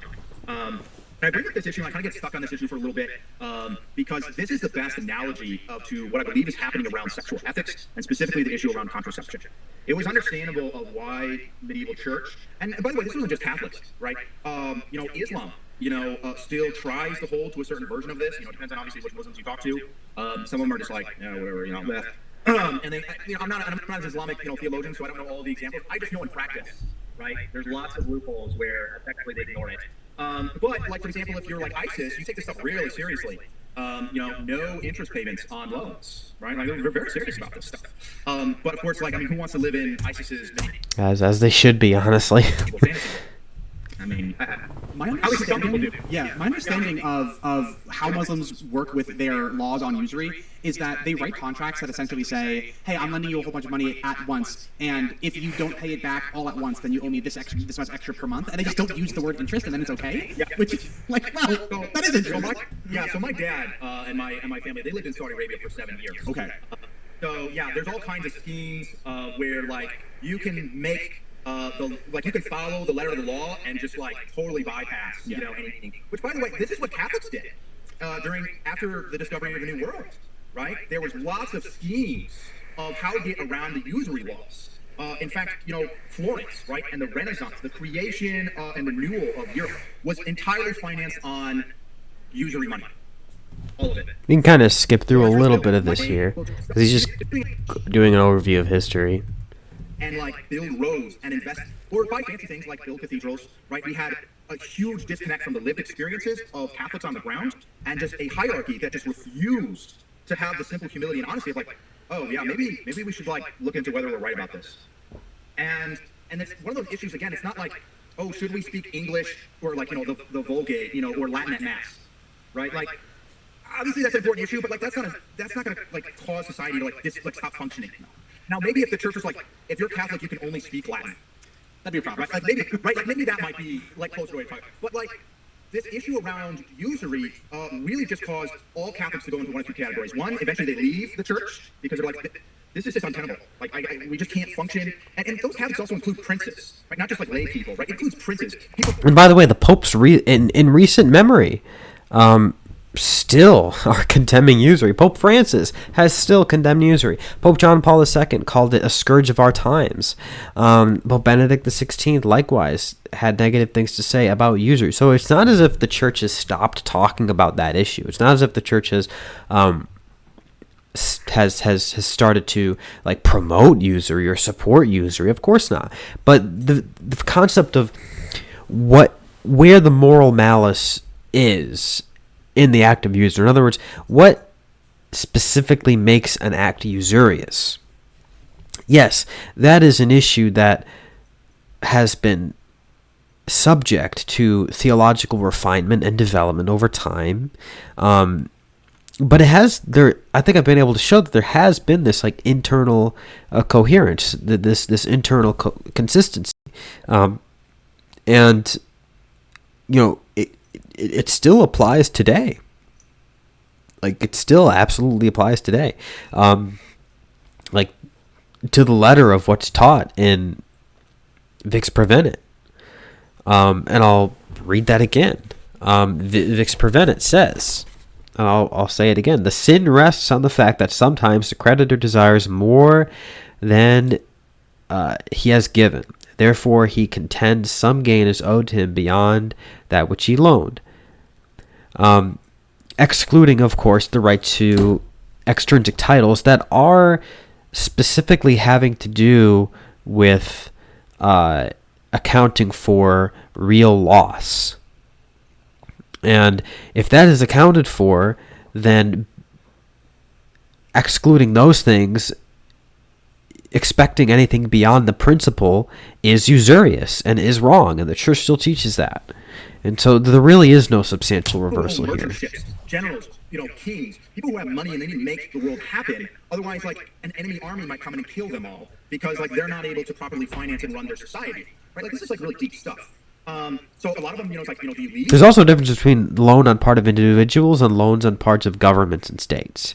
So again, there's another conflation going on here. Stay in the church and bear the massive Catholic guilt of the church says this, and having to deal with radicals screaming out of your door of saying, you're not Catholic and you're a wicked sinner and you should be burnt to the stake because you're using loans to be able to pay for things, right? Or you're making loans, and that was true. Right, a lot of the kind of radical extremism, in the Catholic Church right after the Middle Ages was these people who were attacking, other Catholics for either accepting loans or making those loans. Right. And by the way, the church has never said that accepting a loan or taking out a loan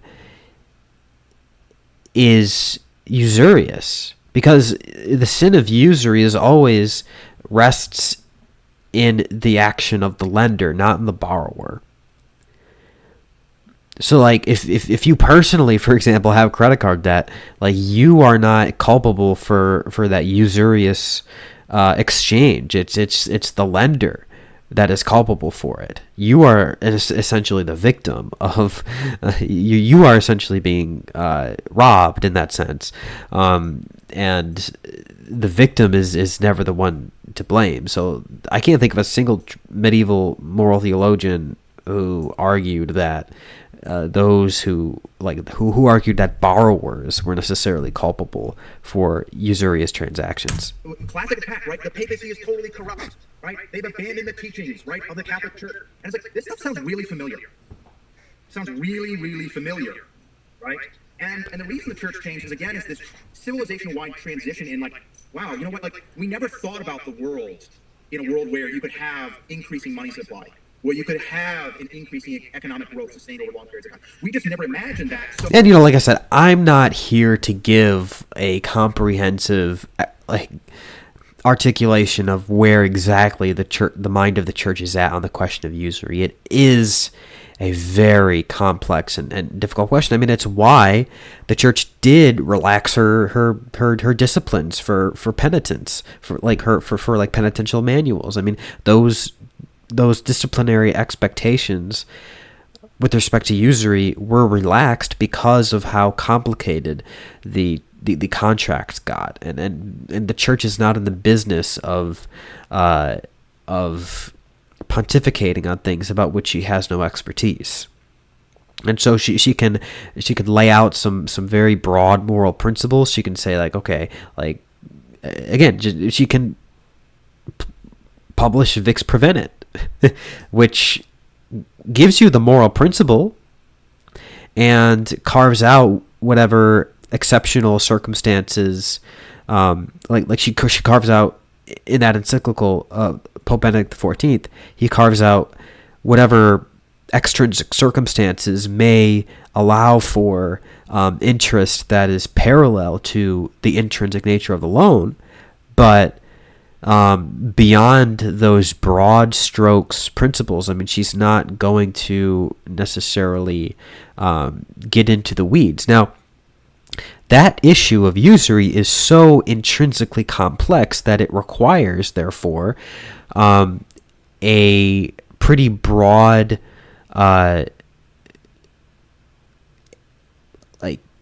window of discretion on part of the individual Catholic. That's, like I said, commensurate with the degree of moral complexity in that situation. That amount of moral complexity just doesn't exist with the question of contraception. It's really quite simple. I mean, it's like I don't know about you guys, but like the marital act doesn't involve all sorts of like multi-layered contractual nuances. Okay, like it's rather straightforward. It's rather simple. So for that reason, given like the simplicity of the subject matter, the window of discretion is a little bit more narrow. And again, like, by the way, there is still like a window of discretion that priests aren't really allowed to transgress when it comes to a Catholic couple's prudential application of what the church teaches on, marital chastity and marital sexual ethics.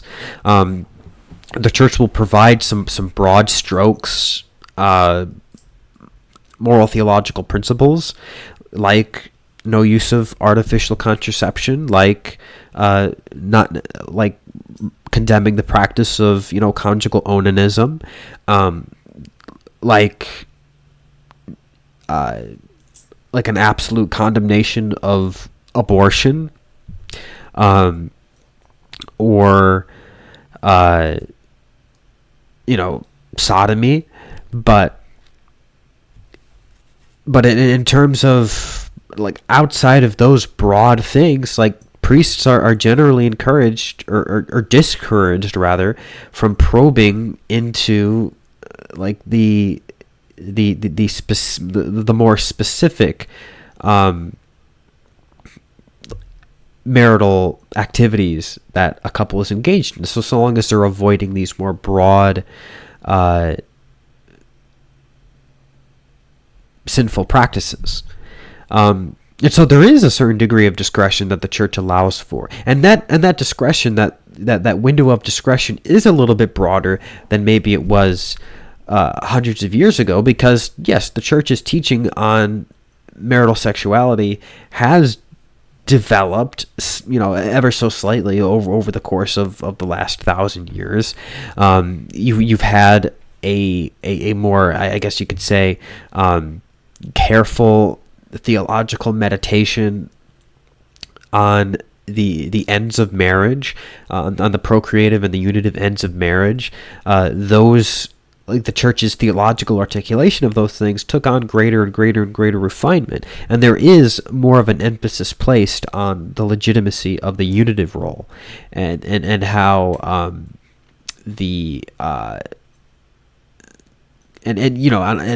how the secondary ends of marital sexuality can be intended positively, so long as the procreative end is respected. And of course, we have this long-standing development of doctrine having to do with periodic continence and natural family planning, and so there has been room over the course of the last couple centuries for proper refinement, for nuanced theological meditation on marital sexual ethics. Yes, and we have gotten, we have ended up, say, in the magisterial teachings of John Paul II, with a teaching that is, you could say, a little bit modified, more refined than what we had, say,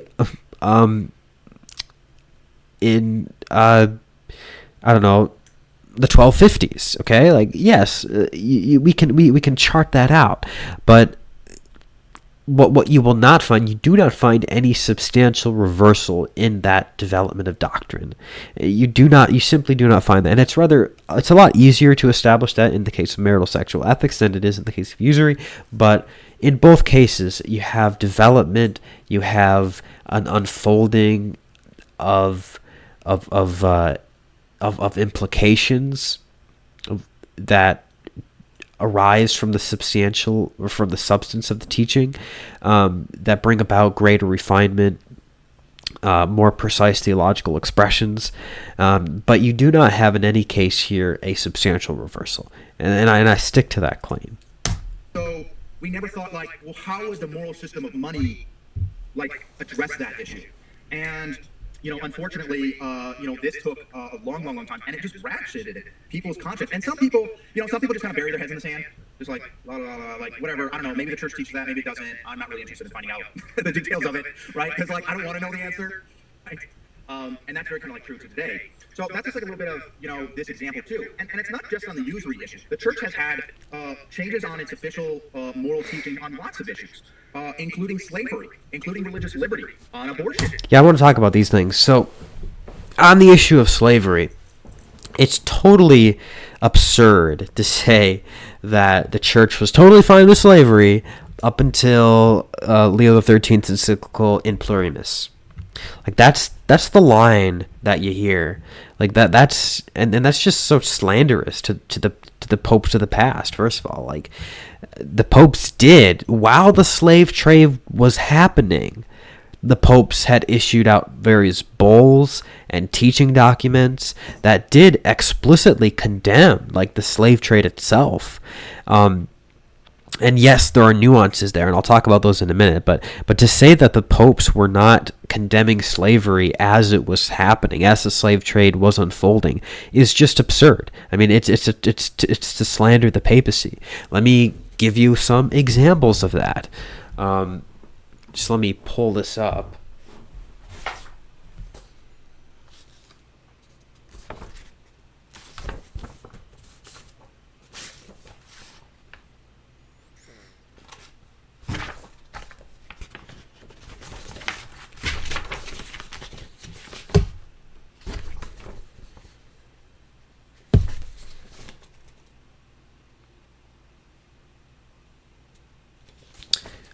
And so, like, we have, for example, like Pope Gregory XVI in the 1800s, but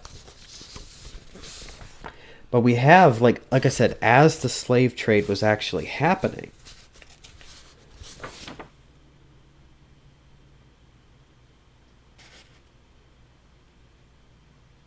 we have this teaching, for example. This is the teaching of Pope Paul III.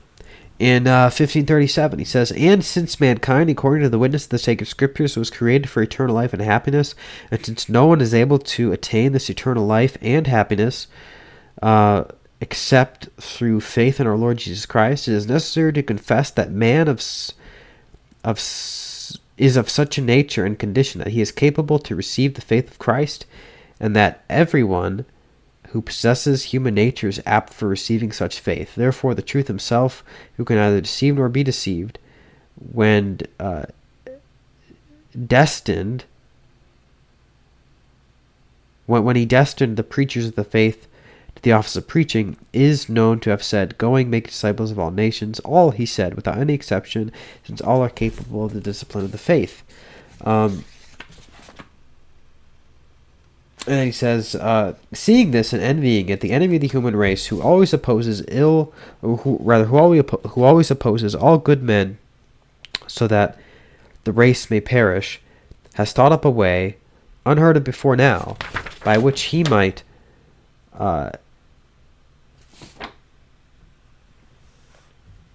impede the saving word of God from being preached to the nations. He has stirred up some of his allies who, desiring to satisfy their own avarice, are presuming to assert far and wide the Indians of the West and the South, who have come to our notice in these times to be reduced to our service like brute animals, under the pretext that they are lacking the Catholic faith.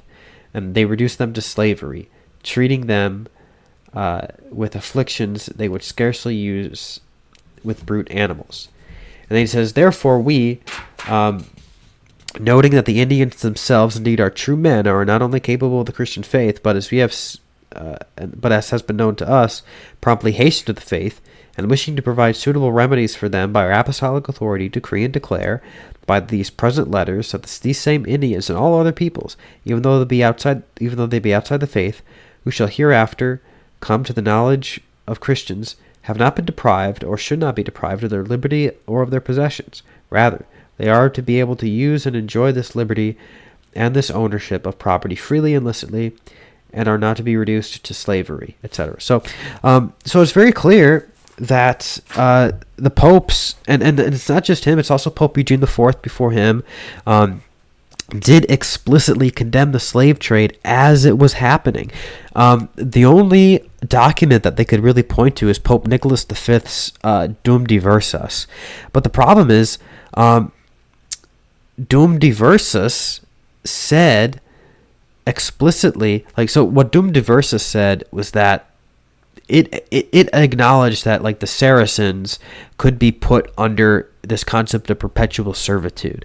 But perpetual servitude is not at all the same thing as slavery necessarily. Servitude could just mean that they were subject, therefore, to the authority of the Christians once they had conquered the land. And so yeah, that's not an example of the church condoning slavery. Furthermore, there's this even more nuanced distinction to be made between chattel slavery on the one hand and ameliorated slavery on the other, ameliorated servitude. Theologians made use of this distinction when they were trying to reconcile with this development of doctrine that had clearly happened.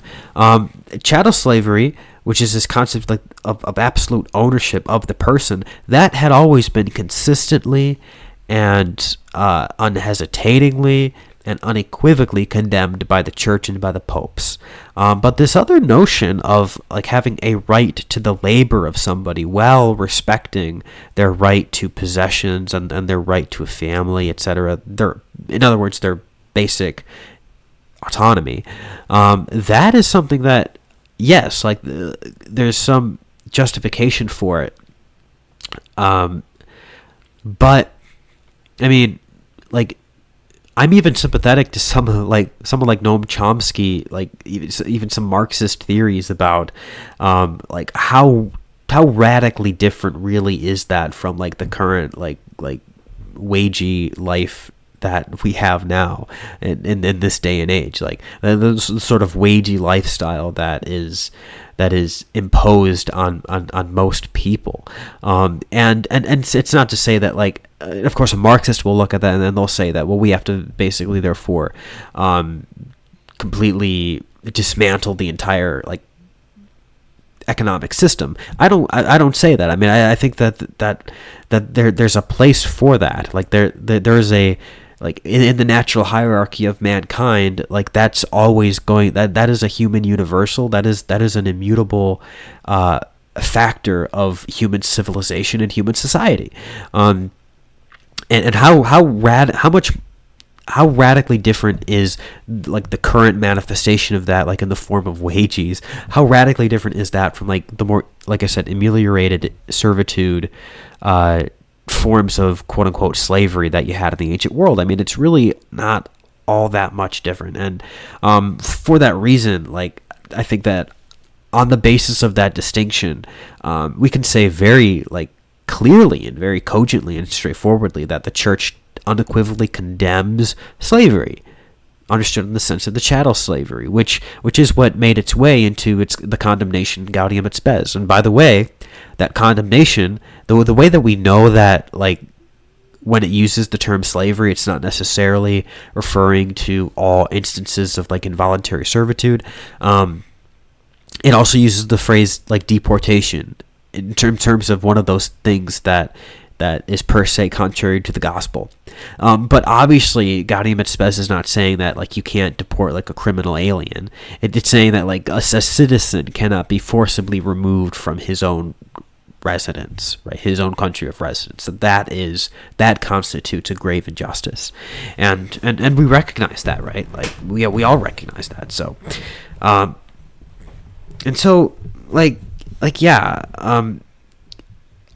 those examples just don't work. And he gave another example too about religious liberty. I want to talk about that one too, because that's a big one. I think that, yes, you have had a sort of development of doctrine there, but I actually think the religious liberty issue is probably the easiest one to tackle, because it's not so much like the church's understanding of conscience or religious toleration. It's not so much that any of those things changed on part of the church herself. Like the church herself didn't really change in that sense. It's really the world that changed. It's the political state of the broader secular order that changed.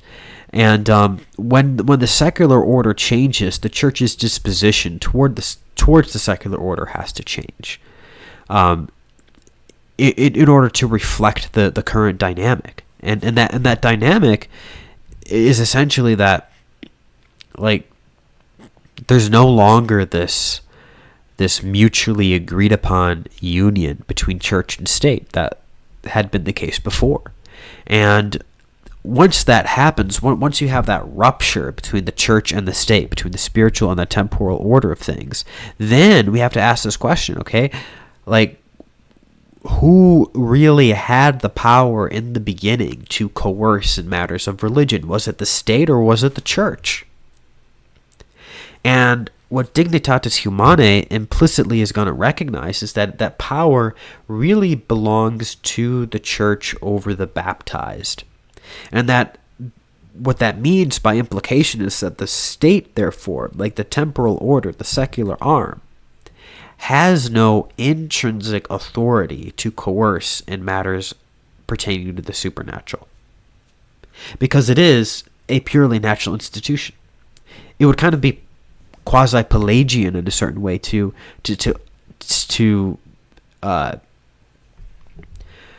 entrust the state as state with that kind of power, with that kind of authority. Because the state, just as we, in terms of our purely like natural human constitution, just as we, by some natural power, cannot raise ourselves to an act of faith or hope or charity, the state cannot raise itself to coerce in matters that directly pertain to the supernatural. Only the church has that authority. The church has the authority to do that, specifically and directly over the baptized. And insofar as the church has that authority, and insofar as the state has joined herself with the church, then we can have a confessional state, because it's the church that is basically setting the temporal parameters for a Christian state, for a Catholic state. And then the secular arm is just kind of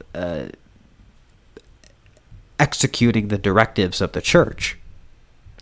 But when there's this separation, when there's this rupture between the church and the state doesn't have any directives to follow. And so the state has to be neutral in a certain way, unless the state decides to join itself with the true religion. But when the state doesn't do that, then the state really doesn't have any authority. So religious liberty, therefore, is sort of the default state. It's the state of nature. And so in this case, there's no reversal of church teaching. There is just, okay, before we were talking about how the church acts toward the state that's cooperative with her. Now we have to talk about how the state and the church interact together when they are occupying like loose and separate temporal realms. And in those cases, primarily in the interest of protecting the church's own rights, there's this kind of disposition of the church telling the state, hey, you got to back off now. You got to back off on religion. Like you don't have any, all of your authority in that area is entirely borrowed. Like you don't have any of yourself. And so on that basis, like you have to respect the right for people to practice religion. Unjust war, torture, the death penalty, divorce and remarriage, child marriage, and of course the most important one that we are addressing is the usury issue. And it's especially pertinent because a lot of people will say, well, a lot of those changes were like, well, we said those were okay, but now we say they're not, right?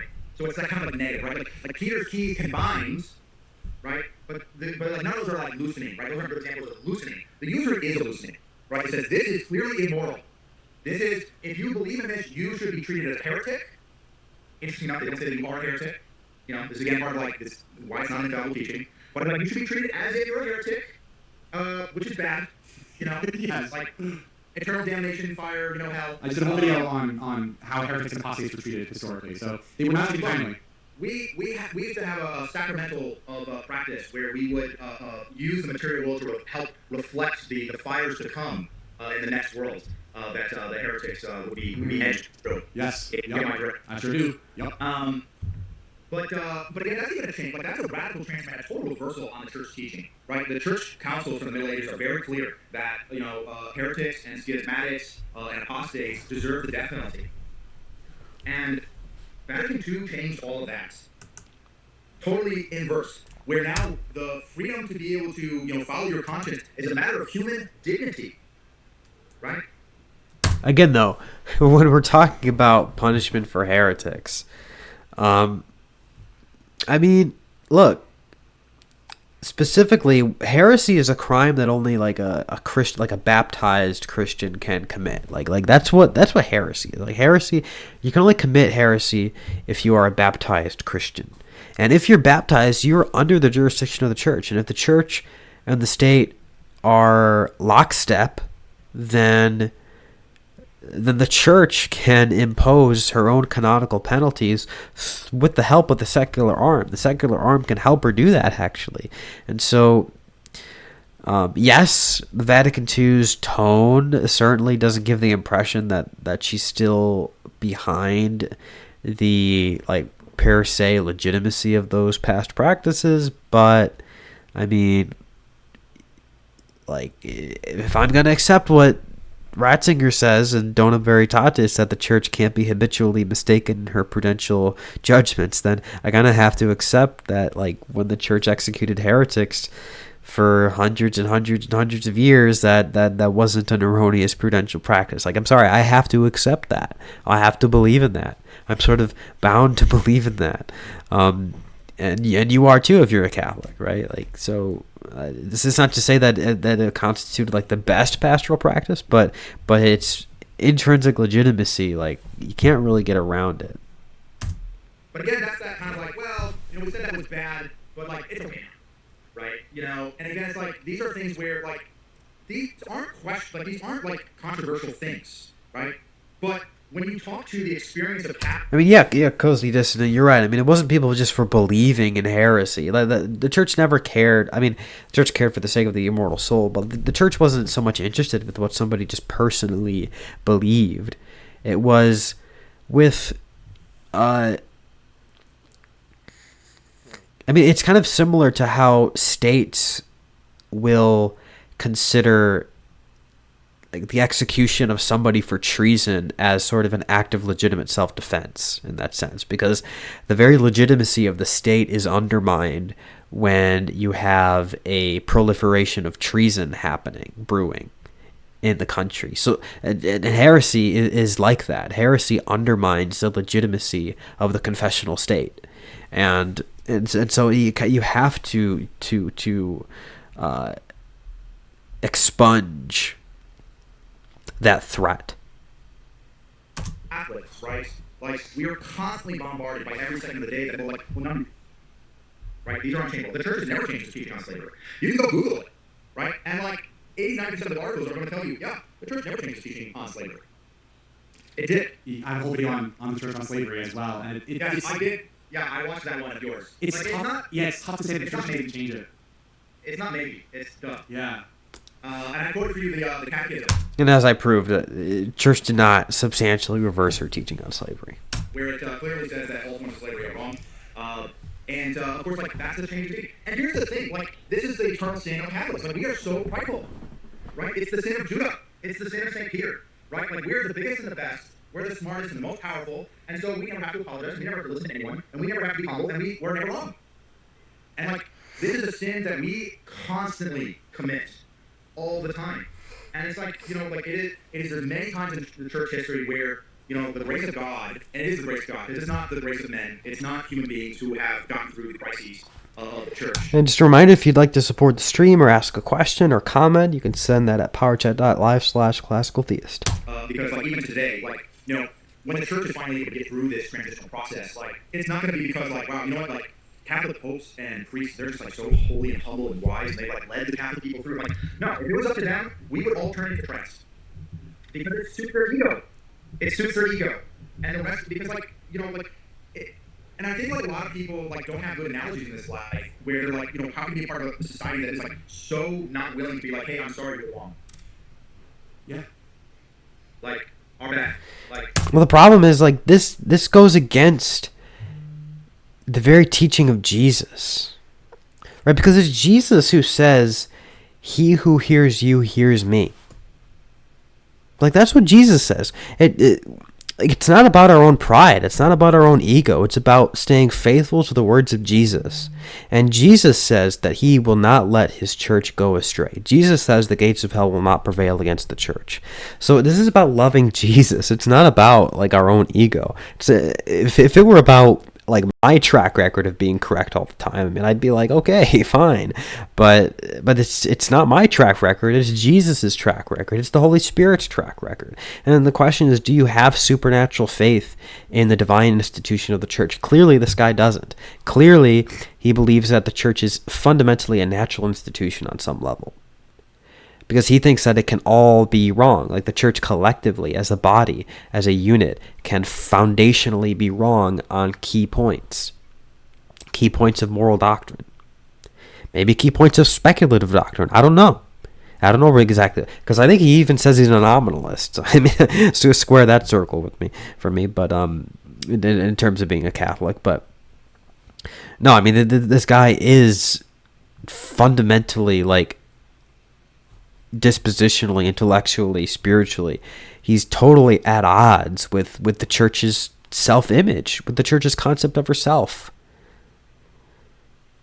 And he has no confidence in the promise of Jesus. He has no confidence in the authority of Jesus. Because it's Jesus himself who testifies to the integral indefectibility of the church. Just, that's it. And, this is a problem with the church, that we have a really hard time doing that. The best example is probably just being American, right? Americans have an enormously difficult time of saying, like, yo, we're sorry. That was bad. Our bad. Like, it's just really hard for us. And, the reality is that, like, God is going to judge Catholics to a standard far above that he judges anybody else. It's just like in the Gospels, right? Where, who are the ultimate, most guilty people in Jesus' time? It's the Pharisees. It's the scribes. They know the law. They learn the law, right? They are the most fervent practitioners of the law, and they have the authority, and yet they are the ones who have kept Israel and the Jewish people so reprehensible of a community that the world just looks at them with scorn and hatred and won't accept their message, right? And Jesus has to come, and he has to point out that it is them. It is them, as Jesus says in the gospel, right? When he goes out to preach, and if they reject the gospel. And this is the problem, because he doesn't understand that we're in the age of grace now. Like, Jesus could rebuke the Pharisees because the Pharisees had not been given the Holy Spirit. The Pharisees didn't go through the Pentecost. The Pharisees didn't receive the redemptive fruits of Jesus Christ. The Pharisees are not the church. This is a new age of grace that we're in now, because of the moment of Pentecost, because of the Holy Spirit's indwelling into the church. The church received new vivification, new life in the descent of the Holy Spirit at Pentecost, and that new life imbues her with this charism of infallibility, with these protective charisms, to not permit the gates of hell to prevail against her. This indefectibility that the church has is due to the redemptive fruits and the redemptive merits of Jesus Christ. And it's Jesus Christ who, as the head of the church, prevents actively the church from falling into error. He was not giving these protective charisms to the Pharisees, and that's why he constantly rebuked them, because they were not in lockstep with him, because they weren't given the grace to be in lockstep with him. They weren't given that divine assistance. They weren't given those divine promises, because Jesus had come to fulfill them. And once the fulfillment has happened, the fulfillment has already happened in the church. The church is the new Israel. The church is the fulfillment of the old law. And as the fulfillment of the old law, the church has this divine protective charism of safety. And so these analogies just totally break down. It's not at all the same situation. The fact that he thinks it is, like, he's effectively Jewish. Like, he's not Catholic. Sorry. Right? That their day will be worse than Sodom and Gomorrah. Right? This is something that we also have to take seriously. Like, if you are a person who lives, and then that's not to say that Catholics can't be Pharisaical. Like, that's not to say that we can't fall into like a Pharisaical mindset, or we can't fall into like sinful patterns of behavior that could be considered Pharisaical. Of course we can. Like, we can be prideful. We can we can fall into, you know, the mindset that would say, I'm glad that I'm not like those other sinners. Like, we can fall into that, of course.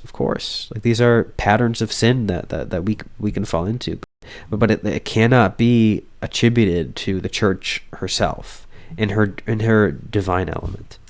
a life in the church. You don't have a get out of jail free card. You have to pay for every cent card. That's what it means to be the chosen people. Is that you have to pay for every single thing, because we know better and we have the graces to fix ourselves, and we still don't do what God wants us to do, right? And I think It's very weird, because it's like he's saying that, like, if you don't use contraception, if you're not contracepting, if you're not choosing like pleasure, if you're not choosing sexual pleasure over and against the procreative end of sexuality, like, if you're not doing that, then you're somehow wrong. Like, then you're somehow morally compromised. And it's just a total satanic inversion of what our Lord is calling us to do. that's a transition that, like, it's going to take Jesus to get us through to our head to this, because, like, it's not going to happen by the methods of men. Like, God is going to have to do His work, and sometimes He will. And and God every time does this, He chastises the church really brutally, right? And we are going through a brutal chastisement right now. We have Christendom is a non-existent category, right? Catholics are a laughingstock throughout the whole world. And even if you don't care about those things, right? What you should care is that, in the Western world, That's what Jesus said. Jesus says we were going to be laughed at. I mean, that's not an indication of the church's need to fundamentally change. That's just an indication of the fact that we are living in a hostile environment that we have to evangelize, that we have to convert. I mean, that is the message of Jesus. I mean, that is straightforwardly and clearly the message of Jesus. 80% of Catholics don't go to church on a weekly basis. You look through the history of the church, and this is one of maybe 3 or 4 times of the greatest calamities and struggles of the church, just like what John Paul I said. This is the greatest theological issue that the church has to contend with, because this is such a big deal. I mean, and I agree. It is really the greatest theological issue that the church has to contend with. He's right that unlike Christological heresies, unlike Trinitarian heresies, these issues do cut to the heart of the everyday life of most Catholics, right? Most Catholics get married. Most Catholics are called to the married and family life, and therefore most Catholics are going to have to deal with this issue of contraception, of the financial problems that overburden a family and that make it difficult to bear and rear many children. Yes, like these are. This is,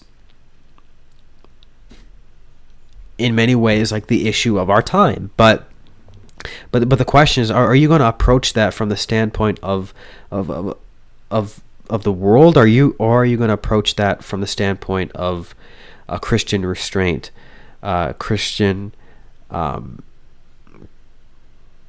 chastity, of virtue, of temperance. That's really the crux of the divide. Like, are you going to approach it from the standpoint of trying to justify worldly desires, or are you going to approach it from the standpoint of Christian restraint? And clearly he's chosen the worldly route, right? And like, we don't want to talk about it, but like, we have to talk about it, because if we don't talk about it, there will be no Catholic Church. Again, like, he doesn't really believe in the ineffectibility of the church. He doesn't really believe that Jesus is going to be preserving the church and protecting the church from error. Like, he doesn't have supernatural confidence in the church. There won't be. To some extent, there won't be. So, let's also kind of go through, also some other questions on this. And I think this is a good context for people to like realize. So we did about 10 years ago, we did a survey of over like 10,000 individuals where we identified that worldwide, that doesn't just include the West, right? This includes Sub-Saharan Africa, Latin America, the Middle East, Asia. It's that 80% of Catholics reject this teaching. 80% of Catholics worldwide reject the teaching on contraception. This isn't Thomas is some crazy liberal and he wants, gays making out, in tuxedos getting married on the altar, right? Or whatever, paranoidal, bigoted fantasy that you have to think about, right? And it's like, no, this is everybody, right? This is everybody. And in the United States, right, 92%, and again, these aren't atheists, they're not agnostics who, people like, these are Catholics.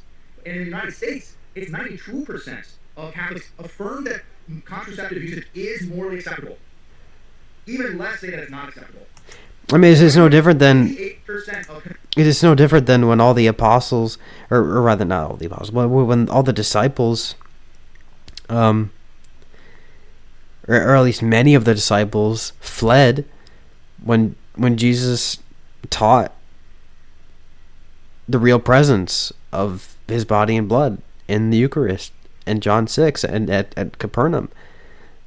Okay, it's no different than that. People fled, and Jesus' response wasn't, okay, well, I better modify what I just said there. I better make this a little bit more palatable. No, he said, are you going to leave too? And so, like, we're in that boat yet again, and we have to ask the question: what is Jesus's response to that situation? Is his response, are you going to leave me too? Or is his response, well then you better jettison the hard sayings?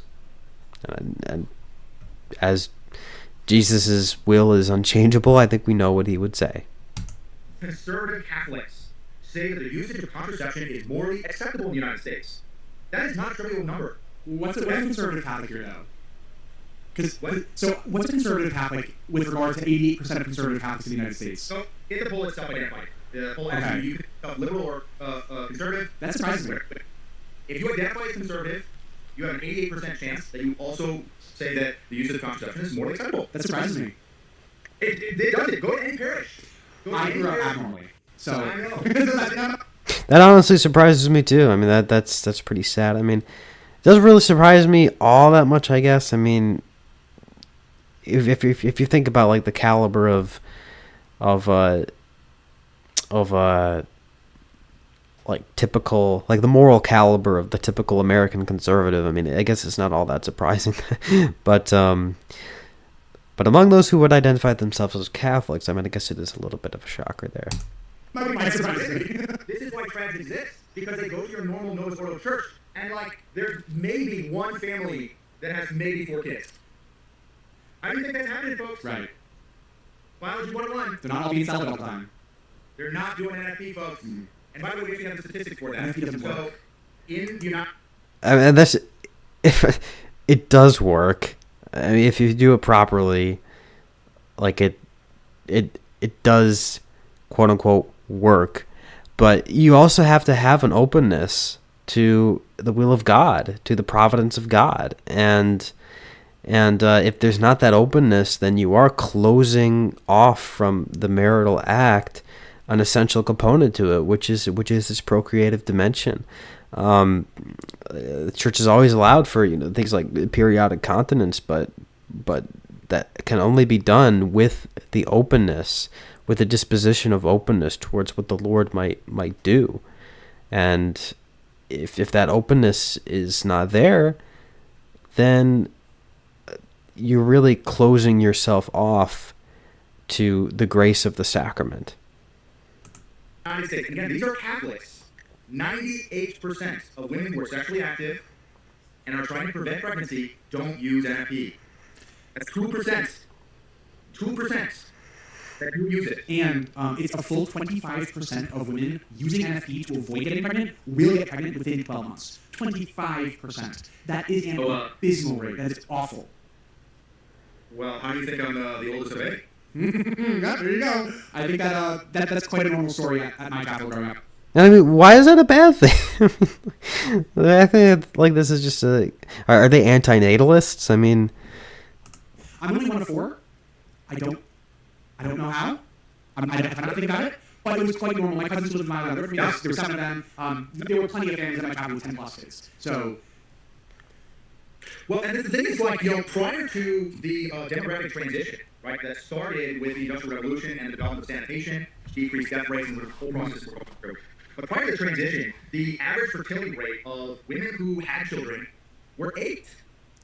Average? Yeah, that's average. Wow. So obviously some had 4, but also some had 12. Yeah. That was normal. Jeez. That was normal.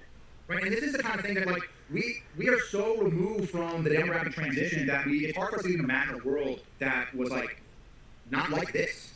Right? I mean, it's almost inconceivable. And again, this is an argument of this is why it's so huge. And again, even people who want to really say, maybe it's not the whole church. I'm that's 8% who reject this teaching. It's a lot. And by the way, even in sub-Saharan Africa, right, over 50% of women use artificial contraceptives. And we know that rate would be higher if they had access to contraceptives. We actually have specific polls state it's well over 50% if they had access. But reality is, I was in Tanzania, right, for a whole year. People are unimaginably poor there, right? It's really hard for people to wrap their heads around what it's like to earn $1 to $2 a day and raise a family on that. That's really hard for us to conceptualize. It is possible because it's the state for almost about 1 to 2 billion people on Earth, right? There's a billion people. There's another billion in India. Yeah, and so this thing, the transition is happening in the rest of the world. It's not just the West, and that's what we're saying is this transition is inevitable, right? And we can't have on average 6, 8, 10, 12 kids, whatever it is, right? Because it's immoral. And I want to bring, let's go. Catholics aren't supposed to be rabbits, right? But here's the thing: there are so many ways to just fully adhere to the teaching of the church, and regulate birth. I mean, it's not if you exercise restraint, if you allow yourself to remain continent for a period of time and use that time to devote yourself to prayer and other things, as St. Paul advises, then if you're not in a financial situation to be accepting more kids, that option is available to you, and it just requires an exercise of Christian restraint. It requires the cultivation of the virtue of temperance, and that's what the church is calling us to. The church is calling us to respect fully the nature that God has given us. The church calls us to respect the teleological purpose for the sake of which He created us, and and the church calls us to respect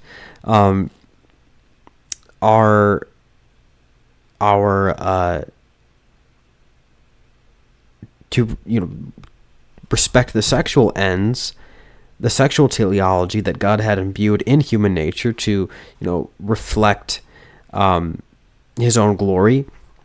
We have to respect that, and if we don't respect that, we're really tarnishing the image of God in our souls. And God is never going to punish you for respecting the nature that he gave you. He's never going to punish you for that.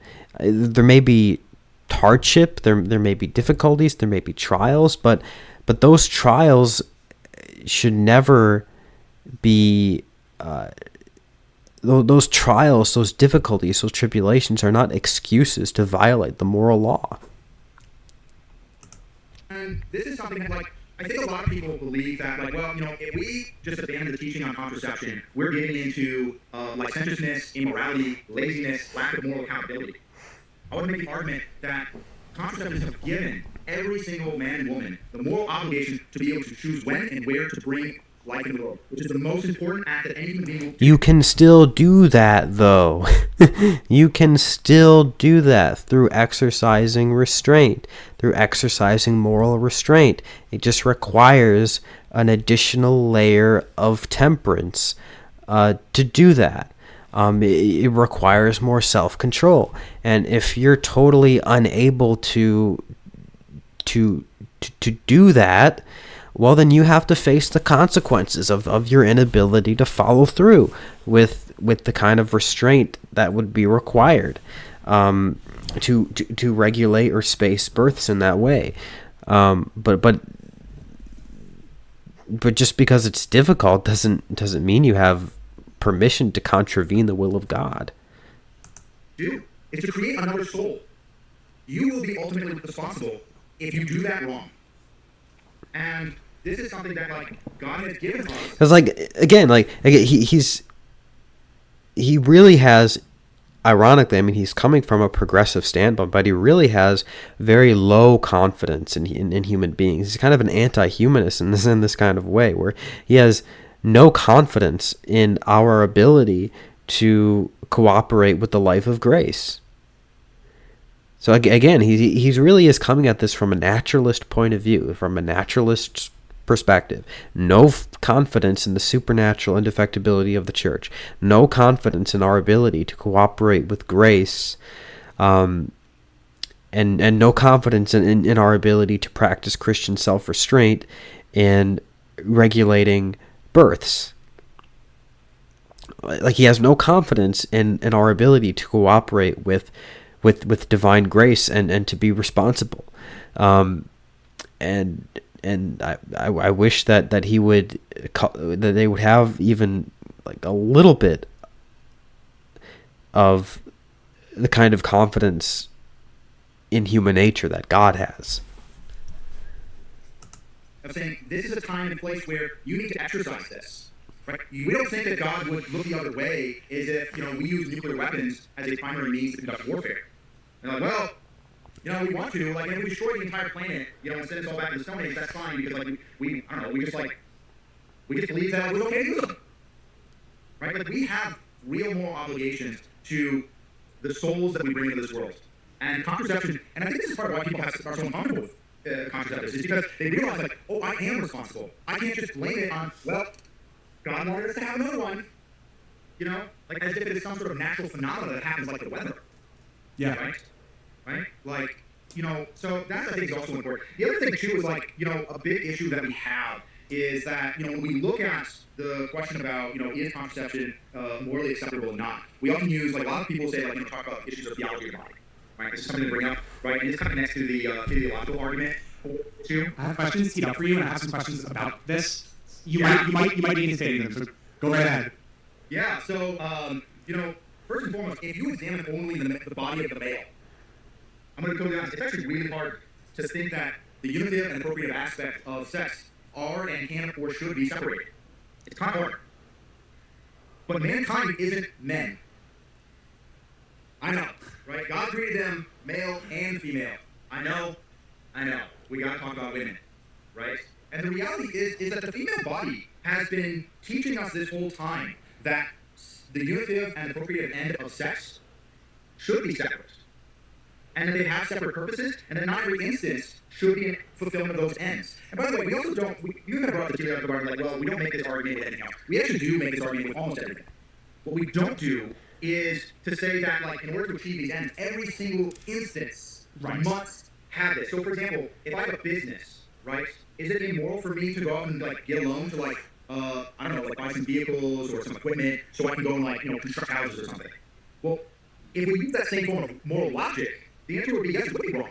Because like the purpose of economic activity is to create profit, to be fruitful. And here I just lost a bunch of money in this act of going out and purchasing or getting debt, right, to be able to do all of this. First of all, those are like artificial constructions. Like a business or is an artificial corporate entity. It doesn't have the same kind of immanent teleology that like the sexual faculty does. So you can't conflate those. Second of all, the female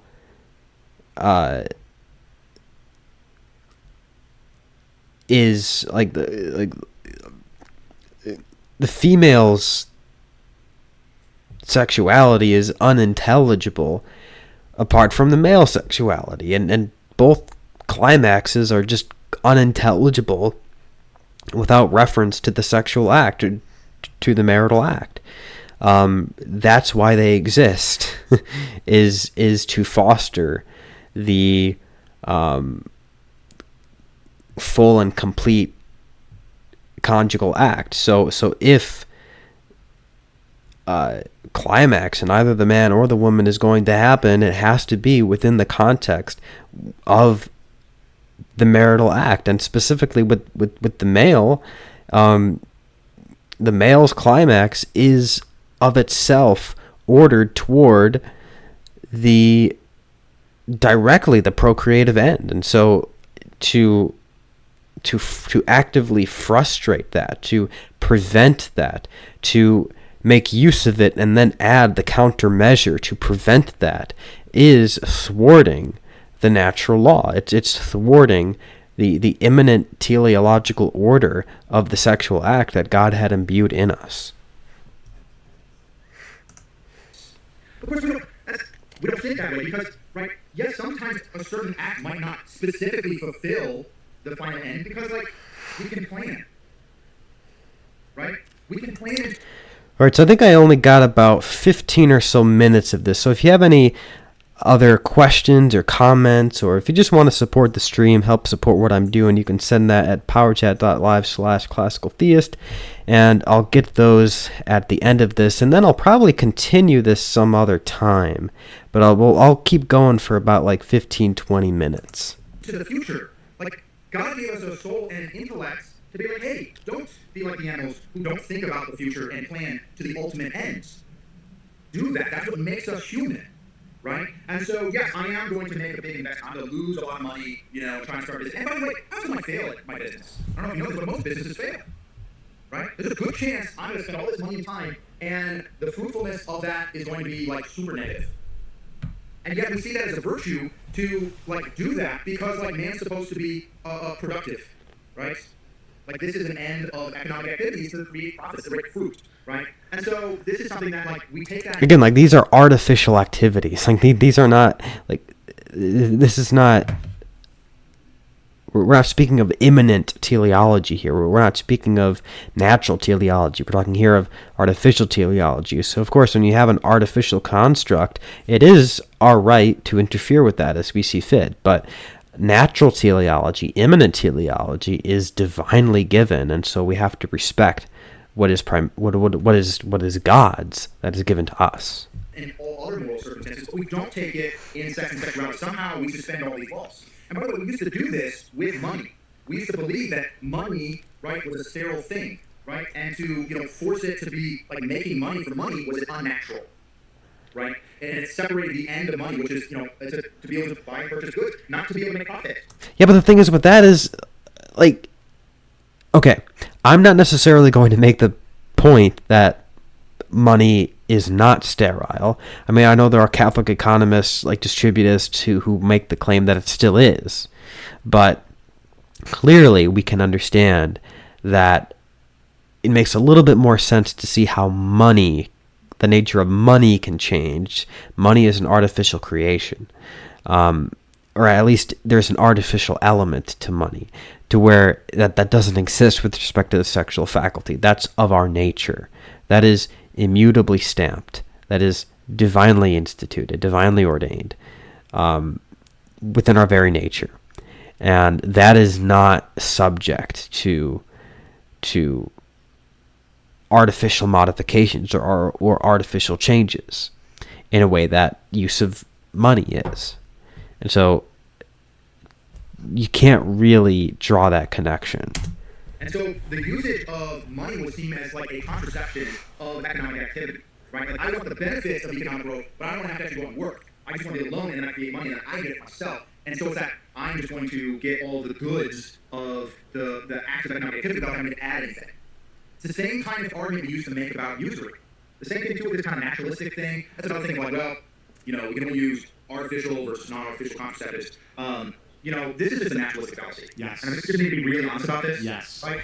It's not a naturalistic fallacy because of the metaphysics that go into the unity of being and goodness, right? Like our natural ends are good because perfection is tied to actuality, and actuality is derived from being. And so goodness and being are convertible. And it's the convertibility of being and goodness that lies at the foundation of natural law theory. So to just call it a naturalistic fallacy just ignores the underlying metaphysics of the moral system. Example, right? Like, I'm supposed to achieve the end of my health of my body, right? Like, let's say with healthcare, right? I get vaccines, right? I think steroids are free. I get a vaccine not because I'm sick. I'm not healing anything that's wrong with me, right? Because someone would say, well, it's okay to heal what's broken. I'm like, well, when I get a vaccine, I'm not healing anything that's broken. I'm not sick. By the way, if you have polio and you get the polio vaccine, it's not going to help. You have to do it beforehand, right? Like that's kind of the whole point, right? And so, and it's the same thing with like the theological end of, let's say, the digestive system, right? Are we to say that eating artificial sweeteners is a violation? That's my go-to example. That's my go-to example is diet soda. Yep. Diet soda is not an abomination and intrinsically evil. Right. Because we don't apply this form of thinking. Yeah, but those things are consistent. They don't they don't contravene these natural ends. They're consistent with those natural ends, and similarly with the sexual act. You can illicitly engage in the marital act for a reason other than a procreation, like for the sake of unity or what have you. But it's when you add a countermeasure to thwart the procreative end, that's when it becomes a moral issue. So it's not to say that you can't intend an end other than procreation. It's just to say that the procreative end cannot be thwarted actively. Any other moral category? No, we do not. We just don't. And and this is something that we just need to be like honest. And it's not that complicated. By the way, this is why the issue around contraception, it's not just super nerdy people like Thomas, have figured out that this is ridiculous. It's like 98% of women are using contraceptives. If you asked any one of those women why contraception is a good thing, they would give you completely stupid answers. And therein lies the problem. They're not thinking. It's not as if that they're all smart, they figured it out. Us trads, we're the dumb ones. No, they're not thinking at any kind of level of moral sophistication. Are you kidding me? They're just doing contraception because they're promiscuous women, and then they want to have the sex without consequences. That's all it is for them. That's the calculation. They're not thinking at this high level of moral sophistication.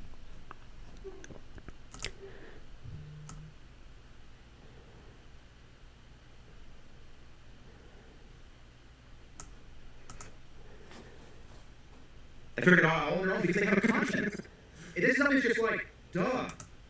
It's so dumb, right? But let's think about the female body, right? And this separation of the unity of the procreative components, right? So have you ever heard of concealed ovulation? Have you ever heard of this term? No, partially. Keep talking. Sure. I haven't heard of concealed ovulation, and that part of that might be because I never took. Sorry, I had to I haven't heard of concealed this separation of the unity of the procreative components, right? So have you ever heard of concealed ovulation? Have you ever heard of this term? No, partially. Keep talking. Sure. I haven't heard of concealed ovulation, and that part of that might be because I never took a sex ed class, because I wasn't allowed to take a sex ed class. And now I'm married, so Yeah, because remember I was talking about that systematic ignorance, You didn't miss out on anything, bud. right? Why would you educate a person to be able to make their own informed decisions, or even just know about their body, right? Yeah, in the past, I've called this perhaps uncharitable, but I've said that there's a culture of like anti-intellectualness sometimes within certain church circles, where it's like they don't want you to be able to make informed decisions. It's just, nope, this is what church teaching is. Well, okay. If your evaluation, like, you have no right to evaluate the level of intellectual sophistication of somebody when you have recourse to like the example of using like artificial sweeteners, or like I imagine these people would say like walking on your hands, like these silly stock objections to natural law theory. When you engage in those, when your level of philosophical sophistication is so poor that you think those constitute persuasive arguments against natural law theory, you have no right to say anything on in terms of attacking like the intellectual sophistication of the trads. So obviously in trads, like it's just so systemic and prevalent, like it almost boggles the mind. The anti-intellectualism is pervasive beyond imagining. And by the way, that applies to theology, right? They're anti-intellectual about theology. This is why none of the great theologians are trads. This is why at university there are no trad, theological professors. This is why during Vatican II, all of the bishops, 98% of them weren't trad, because it's theologically untenable. And we figured this out 150 years ago. And the only way that you can hold to some of those ideas is to be anti-theology, to ignore the teachings and the theology of the church, right? Then why does the magisterium of the Catholic Church consistently reaffirm the traditional doctrines? Okay, the magisterium of the Catholic Church, I don't know if you know this, Thomas, but the popes don't write their own encyclicals. They're written by theological experts, and those experts are they consult highly sophisticated academic theological experts to inform those theological experts who have import in the drafting on the drafting of those encyclicals. And so all of these encyclicals that come out of the Vatican day in and day out, from decade to decade, that consistently reaffirm the traditional teachings of the church, all of these are reflections of high level of the thought of high level theologians. So I mean, this claim is just ridiculous. I mean, yes, it is true that most, you could say, quote unquote Catholic academics tend to be on the liberal side, but I mean that's just because the whole culture of academia has trended that way for a long time. It has nothing to do with like the intrinsic merits, the intrinsic intellectual merits of conservative Catholic theology, or maybe we could just call it like communio theology. I mean, there's some intellectual powerhouses behind those who support the traditional teachings of the church. I think of Ratzinger, think of de Lubac, think of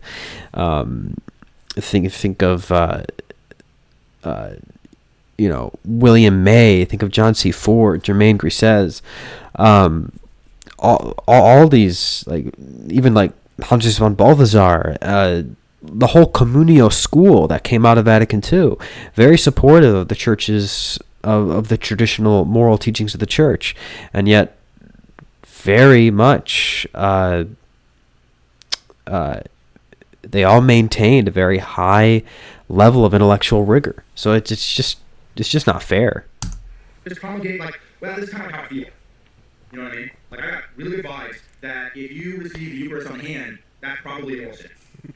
Probably should have confessed that. It's just speaking at me. And it's like, here's the thing, like, look, Pope Francis, if you compare Pope Francis to Pope Benedict XVI, and you compare like the intellectual rigor between those pontiffs, I don't have to be the one to tell you that which one of those popes would, I guess, score better on on like an evaluation exam in terms of which one was more theologically sophisticated, which one had a higher degree of intellectual rigor in their theology. And I'll just leave it at that. Theology. But, in more mainstream areas, right, like the anti-intellectualism is a very specific kind, right? So it's really primarily pre-Enlightenment anti-intellectualism, right? Because the church is very pro-science, it's very pro-theology, but in very restrained ways of communicating and talking about this stuff, right? So this is why we have Catholic universities, right? But every single major Catholic university, except for the abysmally failed ones, like Franciscan University in Steubenville, is deeply dysfunctional, not serious. And only like 3,000 people go. Really? That's the best we can, that's the best, institution built. Like, no.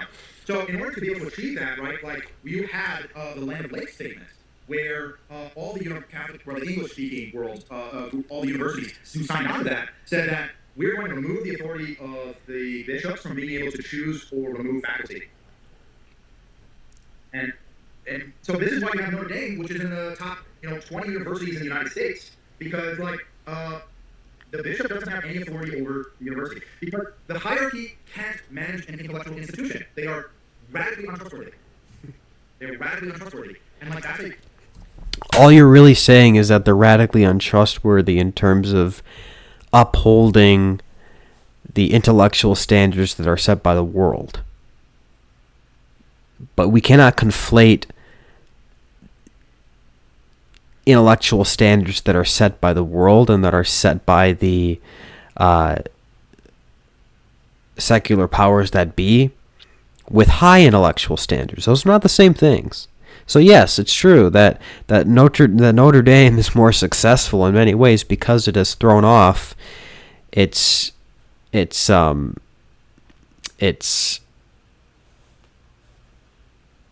I guess you could say responsibility to remain obedient to the bishop. Yes. But that's because the secular world and secular intelligentsia is hostile to the church. And so for that reason, that's why it's able to move up higher into the higher echelons of academic life in the secular world. Yes. But it's not because they're of higher, of an intrinsically higher intellectual standard. Of course not. The kind of nonsense that gets peddled out of these modern universities, I mean, it's not reflective of higher intellectual rigor. I mean, I think we can all acknowledge that these days. It's just because it coheres better with the values that are set by the secular world. Failure of the hierarchy of being able to accept of how we manage to live out academic freedom. So the way we do intellectualism is, outside of the authority control of the church, and then basically the hierarchy just pretends not to happen. So we don't talk about it. Right? We'll let the crazy monk scientist people do their woo-woo, in their classrooms or whatever, but don't bring it in church.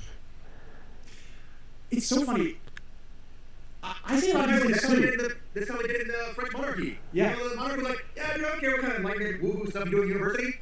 Okay, I need to ask you a question. Yeah. I've been holding on to all these questions because you were on such a flow and I just didn't want to interrupt you, but we've got a bunch. So if you don't mind, maybe we can go into a Q&A kind of section. First, yeah, we can get some of the Q&A going. Okay, first Q&A is going to be from me. So, why is this my channel? I said so. You've raised a bunch of the points that were kind of the first points that occurred to me during my deconstruction. That ultimately led me out of the church, frankly. And it didn't for you. Perhaps part of that is that I was raised FSSD trad, so when I found out... I'm sorry, you got... you're a part of a cult, dude. I know much about it. I refer to it as a cult when I'm being flippant. I know you get a little iffy about it, but I'll say it for you. The traditional movement is a cult, right? And the way we receive faith and have trust, right, in the teaching is through tradition, right? And tradition requires you to have faith in those who pass it on to you. And for you to trust those people. When the people who pass on the faith to you are untrustworthy, which yours were, it is right for you to reject what it is they gave you. Yeah, And my rejection kind of looked like this. Okay, so they painted me this picture. I mean, this is true if we're dealing with any natural institution, but we're dealing with an institution that we're supposed to believe is backed by supernatural charisms. And if you don't believe in that, then you're not a Catholic. I'm sorry. And I found this picture just to be wildly inaccurate. Like, the infallibility of the church, and I was like, none of this is right. And so I think that I just saw enough things that were not the way that I thought they were, that I kind of said, I don't want anything. I don't, I saw enough things that were wrong that I'm like, okay, I don't think I can call myself what I was before. Like, whatever I am now is not the same as what I was before. You haven't done that. So maybe in that sense, while I've thrown the baby out with the bathwater, you haven't. So, but I guess my question to you is something like this: how have you thrown the baby out with the bathwater? Like, how do you still call yourself Catholic after having kind of like these disagreements with what the church claims herself to be? I guess. So, I'm gonna give two answers. Number one, this is the number one this is the real reason people leave. This is the real reason people drift away. Whether they say it or not, right? You do surveys.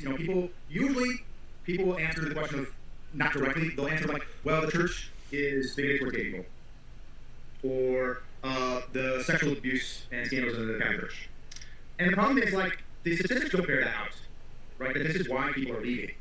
The reason people are leaving is because of the sexual teachings themselves. And I'll give a really good example, right?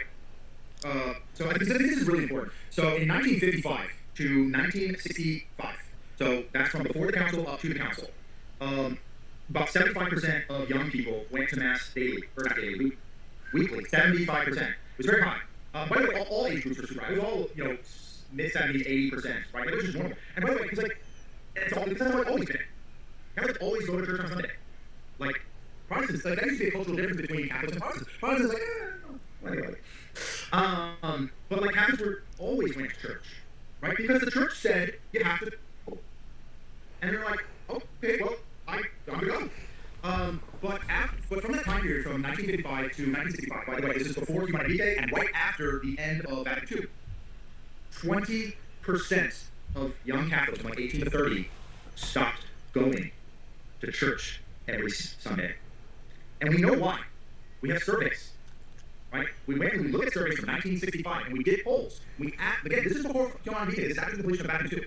Right? And again, for all those trads who thought, Vatican II was the cause, like, this collapse happened before and up to the very end of Vatican II. This isn't a product from afterwards, right? This collapse happened previously. And the actual question about this is, like, Americans in 1965, back when, like, we just decided black people should have equal rights, when women didn't have a legal right to contraceptives or be able to have a right to have a credit card. Like, all right, this is just ridiculous, bloviating. Yeah, I might finish the rest of this some other time, but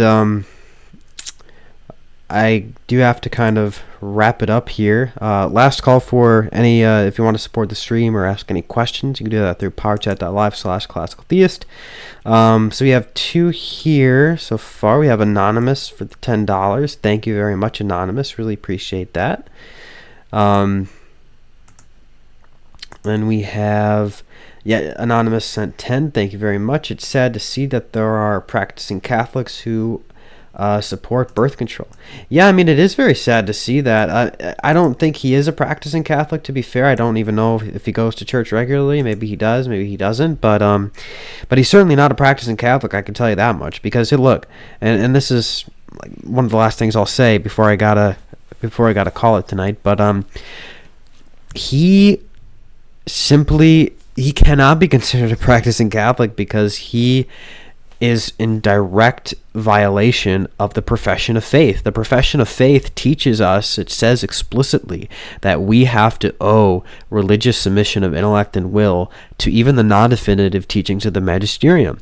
So if you are just categorically refusing to do that, and you're not doing that because you feel like you're tied to some higher magisterial authority that's contradicted by the present magisterial authority, and if it's just because of your own gobbledygook that's in your head, I'm sorry, like, you are in dissent. You are in total disobedience to the teaching of the church. And you are not a Catholic in good standing, and you are not in good communion with the church. You are not in full communion with the church. And moreover, it's even worse for him because it's not like he's just rejecting, like, let's say,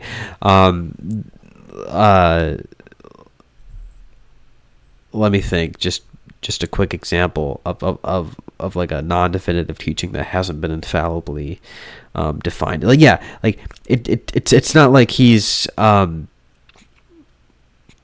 taking issue with like some of the finer points of like rerum novarum on like economic policy or whatever. Okay, yeah, it's not doing that. He's totally contravening the church's infallible teaching on sexual ethics. He's completely going against what the church has infallibly and definitively taught about the conjugal act. And that's heretical. Like, I'm sorry, but that's heretical. And even if you don't think it has been infallibly put forward by like official magisterial statements, it does belong to the ordinary and universal magisterium of the church because it is the perennial teaching of the church. It is the uninterrupted teaching of, it's the unanimous consent of the fathers, it's the unanimous consent of the doctors, it's the unanimous consent of theologians across so many ages of the church, and all of that reaffirmed by the interventions of the magisterium. And so all of those things are attestations to divine tradition. All of those things are attestations to divine tradition, which is itself an essential part of divine revelation. These things pertain to the revealed Word of God. This is part of the deposit of faith that Jesus had left his disciples. It's in Scripture. Look up the sin of Onan. Look up what St. Paul teaches on sexual morality. It's his condemnations of sodomy. Basically, like, his condemnations of sodomy include implicitly the condemnation of contraception. So all of those things are included in the deposit of faith. And if you stand athwart those because of your own personal opinions or your own private judgment, you are a Protestant. That is exactly what it means to be a Protestant. So much more so than various trad dissenters. Okay, yes, they can be a problem by virtue of their excess, but this kind of dissent is nothing short of Protestantism. You no longer accept the living magisterium of the church, and so you basically reject one of the most distinguishing characteristics of what it means to be a Catholic, namely an obedient an obedient member of a church which can here and now exercise her teaching authority. And so, yeah, I mean, like, I don't want to be in his position on Judgment Day, I'll tell you that much. And he was right. He was right when he said that Catholics will be held to the highest standards. That's true. But, boy, I wouldn't want to be in your position when it comes to dying in a state of being an open rebellion to what you yourself acknowledge is the authoritative teaching of the church. So, yeah, I mean, it's very sad. It's very sad to see. I mean, yes, it's true. Like, most Catholics do reject the church's teaching on contraception, but most Catholics are not catechized enough, I feel, or at least many of them are not catechized enough to be fully aware of what their obligation really is with regard to the teaching authority of the church. You, Thomas, have had exposure to what is truly expected of you with regard to the magisterium of the church, and you're rejecting it. So I wouldn't want to be in your position, and I hope that you come to realize that is an untenable position as a Catholic, and that you return to being like a faithful son of the church. So that's what I have to say about that. Thank you to those who donated, for those of you who helped with the stream. Really appreciate that. It means a lot to me. And I will, the next stream that I have planned here. Just gonna pull that up. I mean, I will probably continue this one at some time. I'll probably continue going through this. There's not all that much of it left, so I probably will continue that a little bit later on. But the next one I have planned is on December 11th. We'll be going through some basic, principles of Catholic moral theology. We'll be talking through a lot of that stuff. And then on the 15th, I have on the Catholic view of baptism. On the 18th, I'm basically going to be doing a magisterial defense of America First. Now, what that's going to entail is essentially I'm going to take all of Nick's controversial positions, and I'm going to show where you find support for them, specifically in magisterial texts, specifically in magisterial documents. That's going to be the aim of that stream. So now it's not going to say that all of his exaggerated, in some cases, humorous spins on those positions are obviously not going to be, you're not going to find reflections of those in magisterial texts, but the substance of what he says you're going to find in magisterial texts. All of his controversial opinions and stances are backed up by the magisterium. I've looked into it, I've studied it, and that stream is going to be dedicated to basically showing that and proving that. So yeah, hope you stay tuned for that one. That one should be a fun one. And then on the 22nd, we're going to be doing on the church and Judaism. That'll be a little bit related to the other one because I'll be basically spending the whole time giving what the true traditional and magisterial Catholic view is on how the church relates to Judaism and how we should be approaching Judaism from a Catholic angle. So I'll be doing that then. So thank you all for watching. Thank you all to those of you who donated. Really appreciate it. Hope you enjoyed. Hope you learned something out of this. I hope you're a little bit more better equipped now to deal with this canard that the church has changed its teachings on other things in the past, and therefore we can expect a substantial reversal on contraception. Not true, and I hope I've demonstrated that to your satisfaction. So. All right, God bless all of you, and I'll see you later.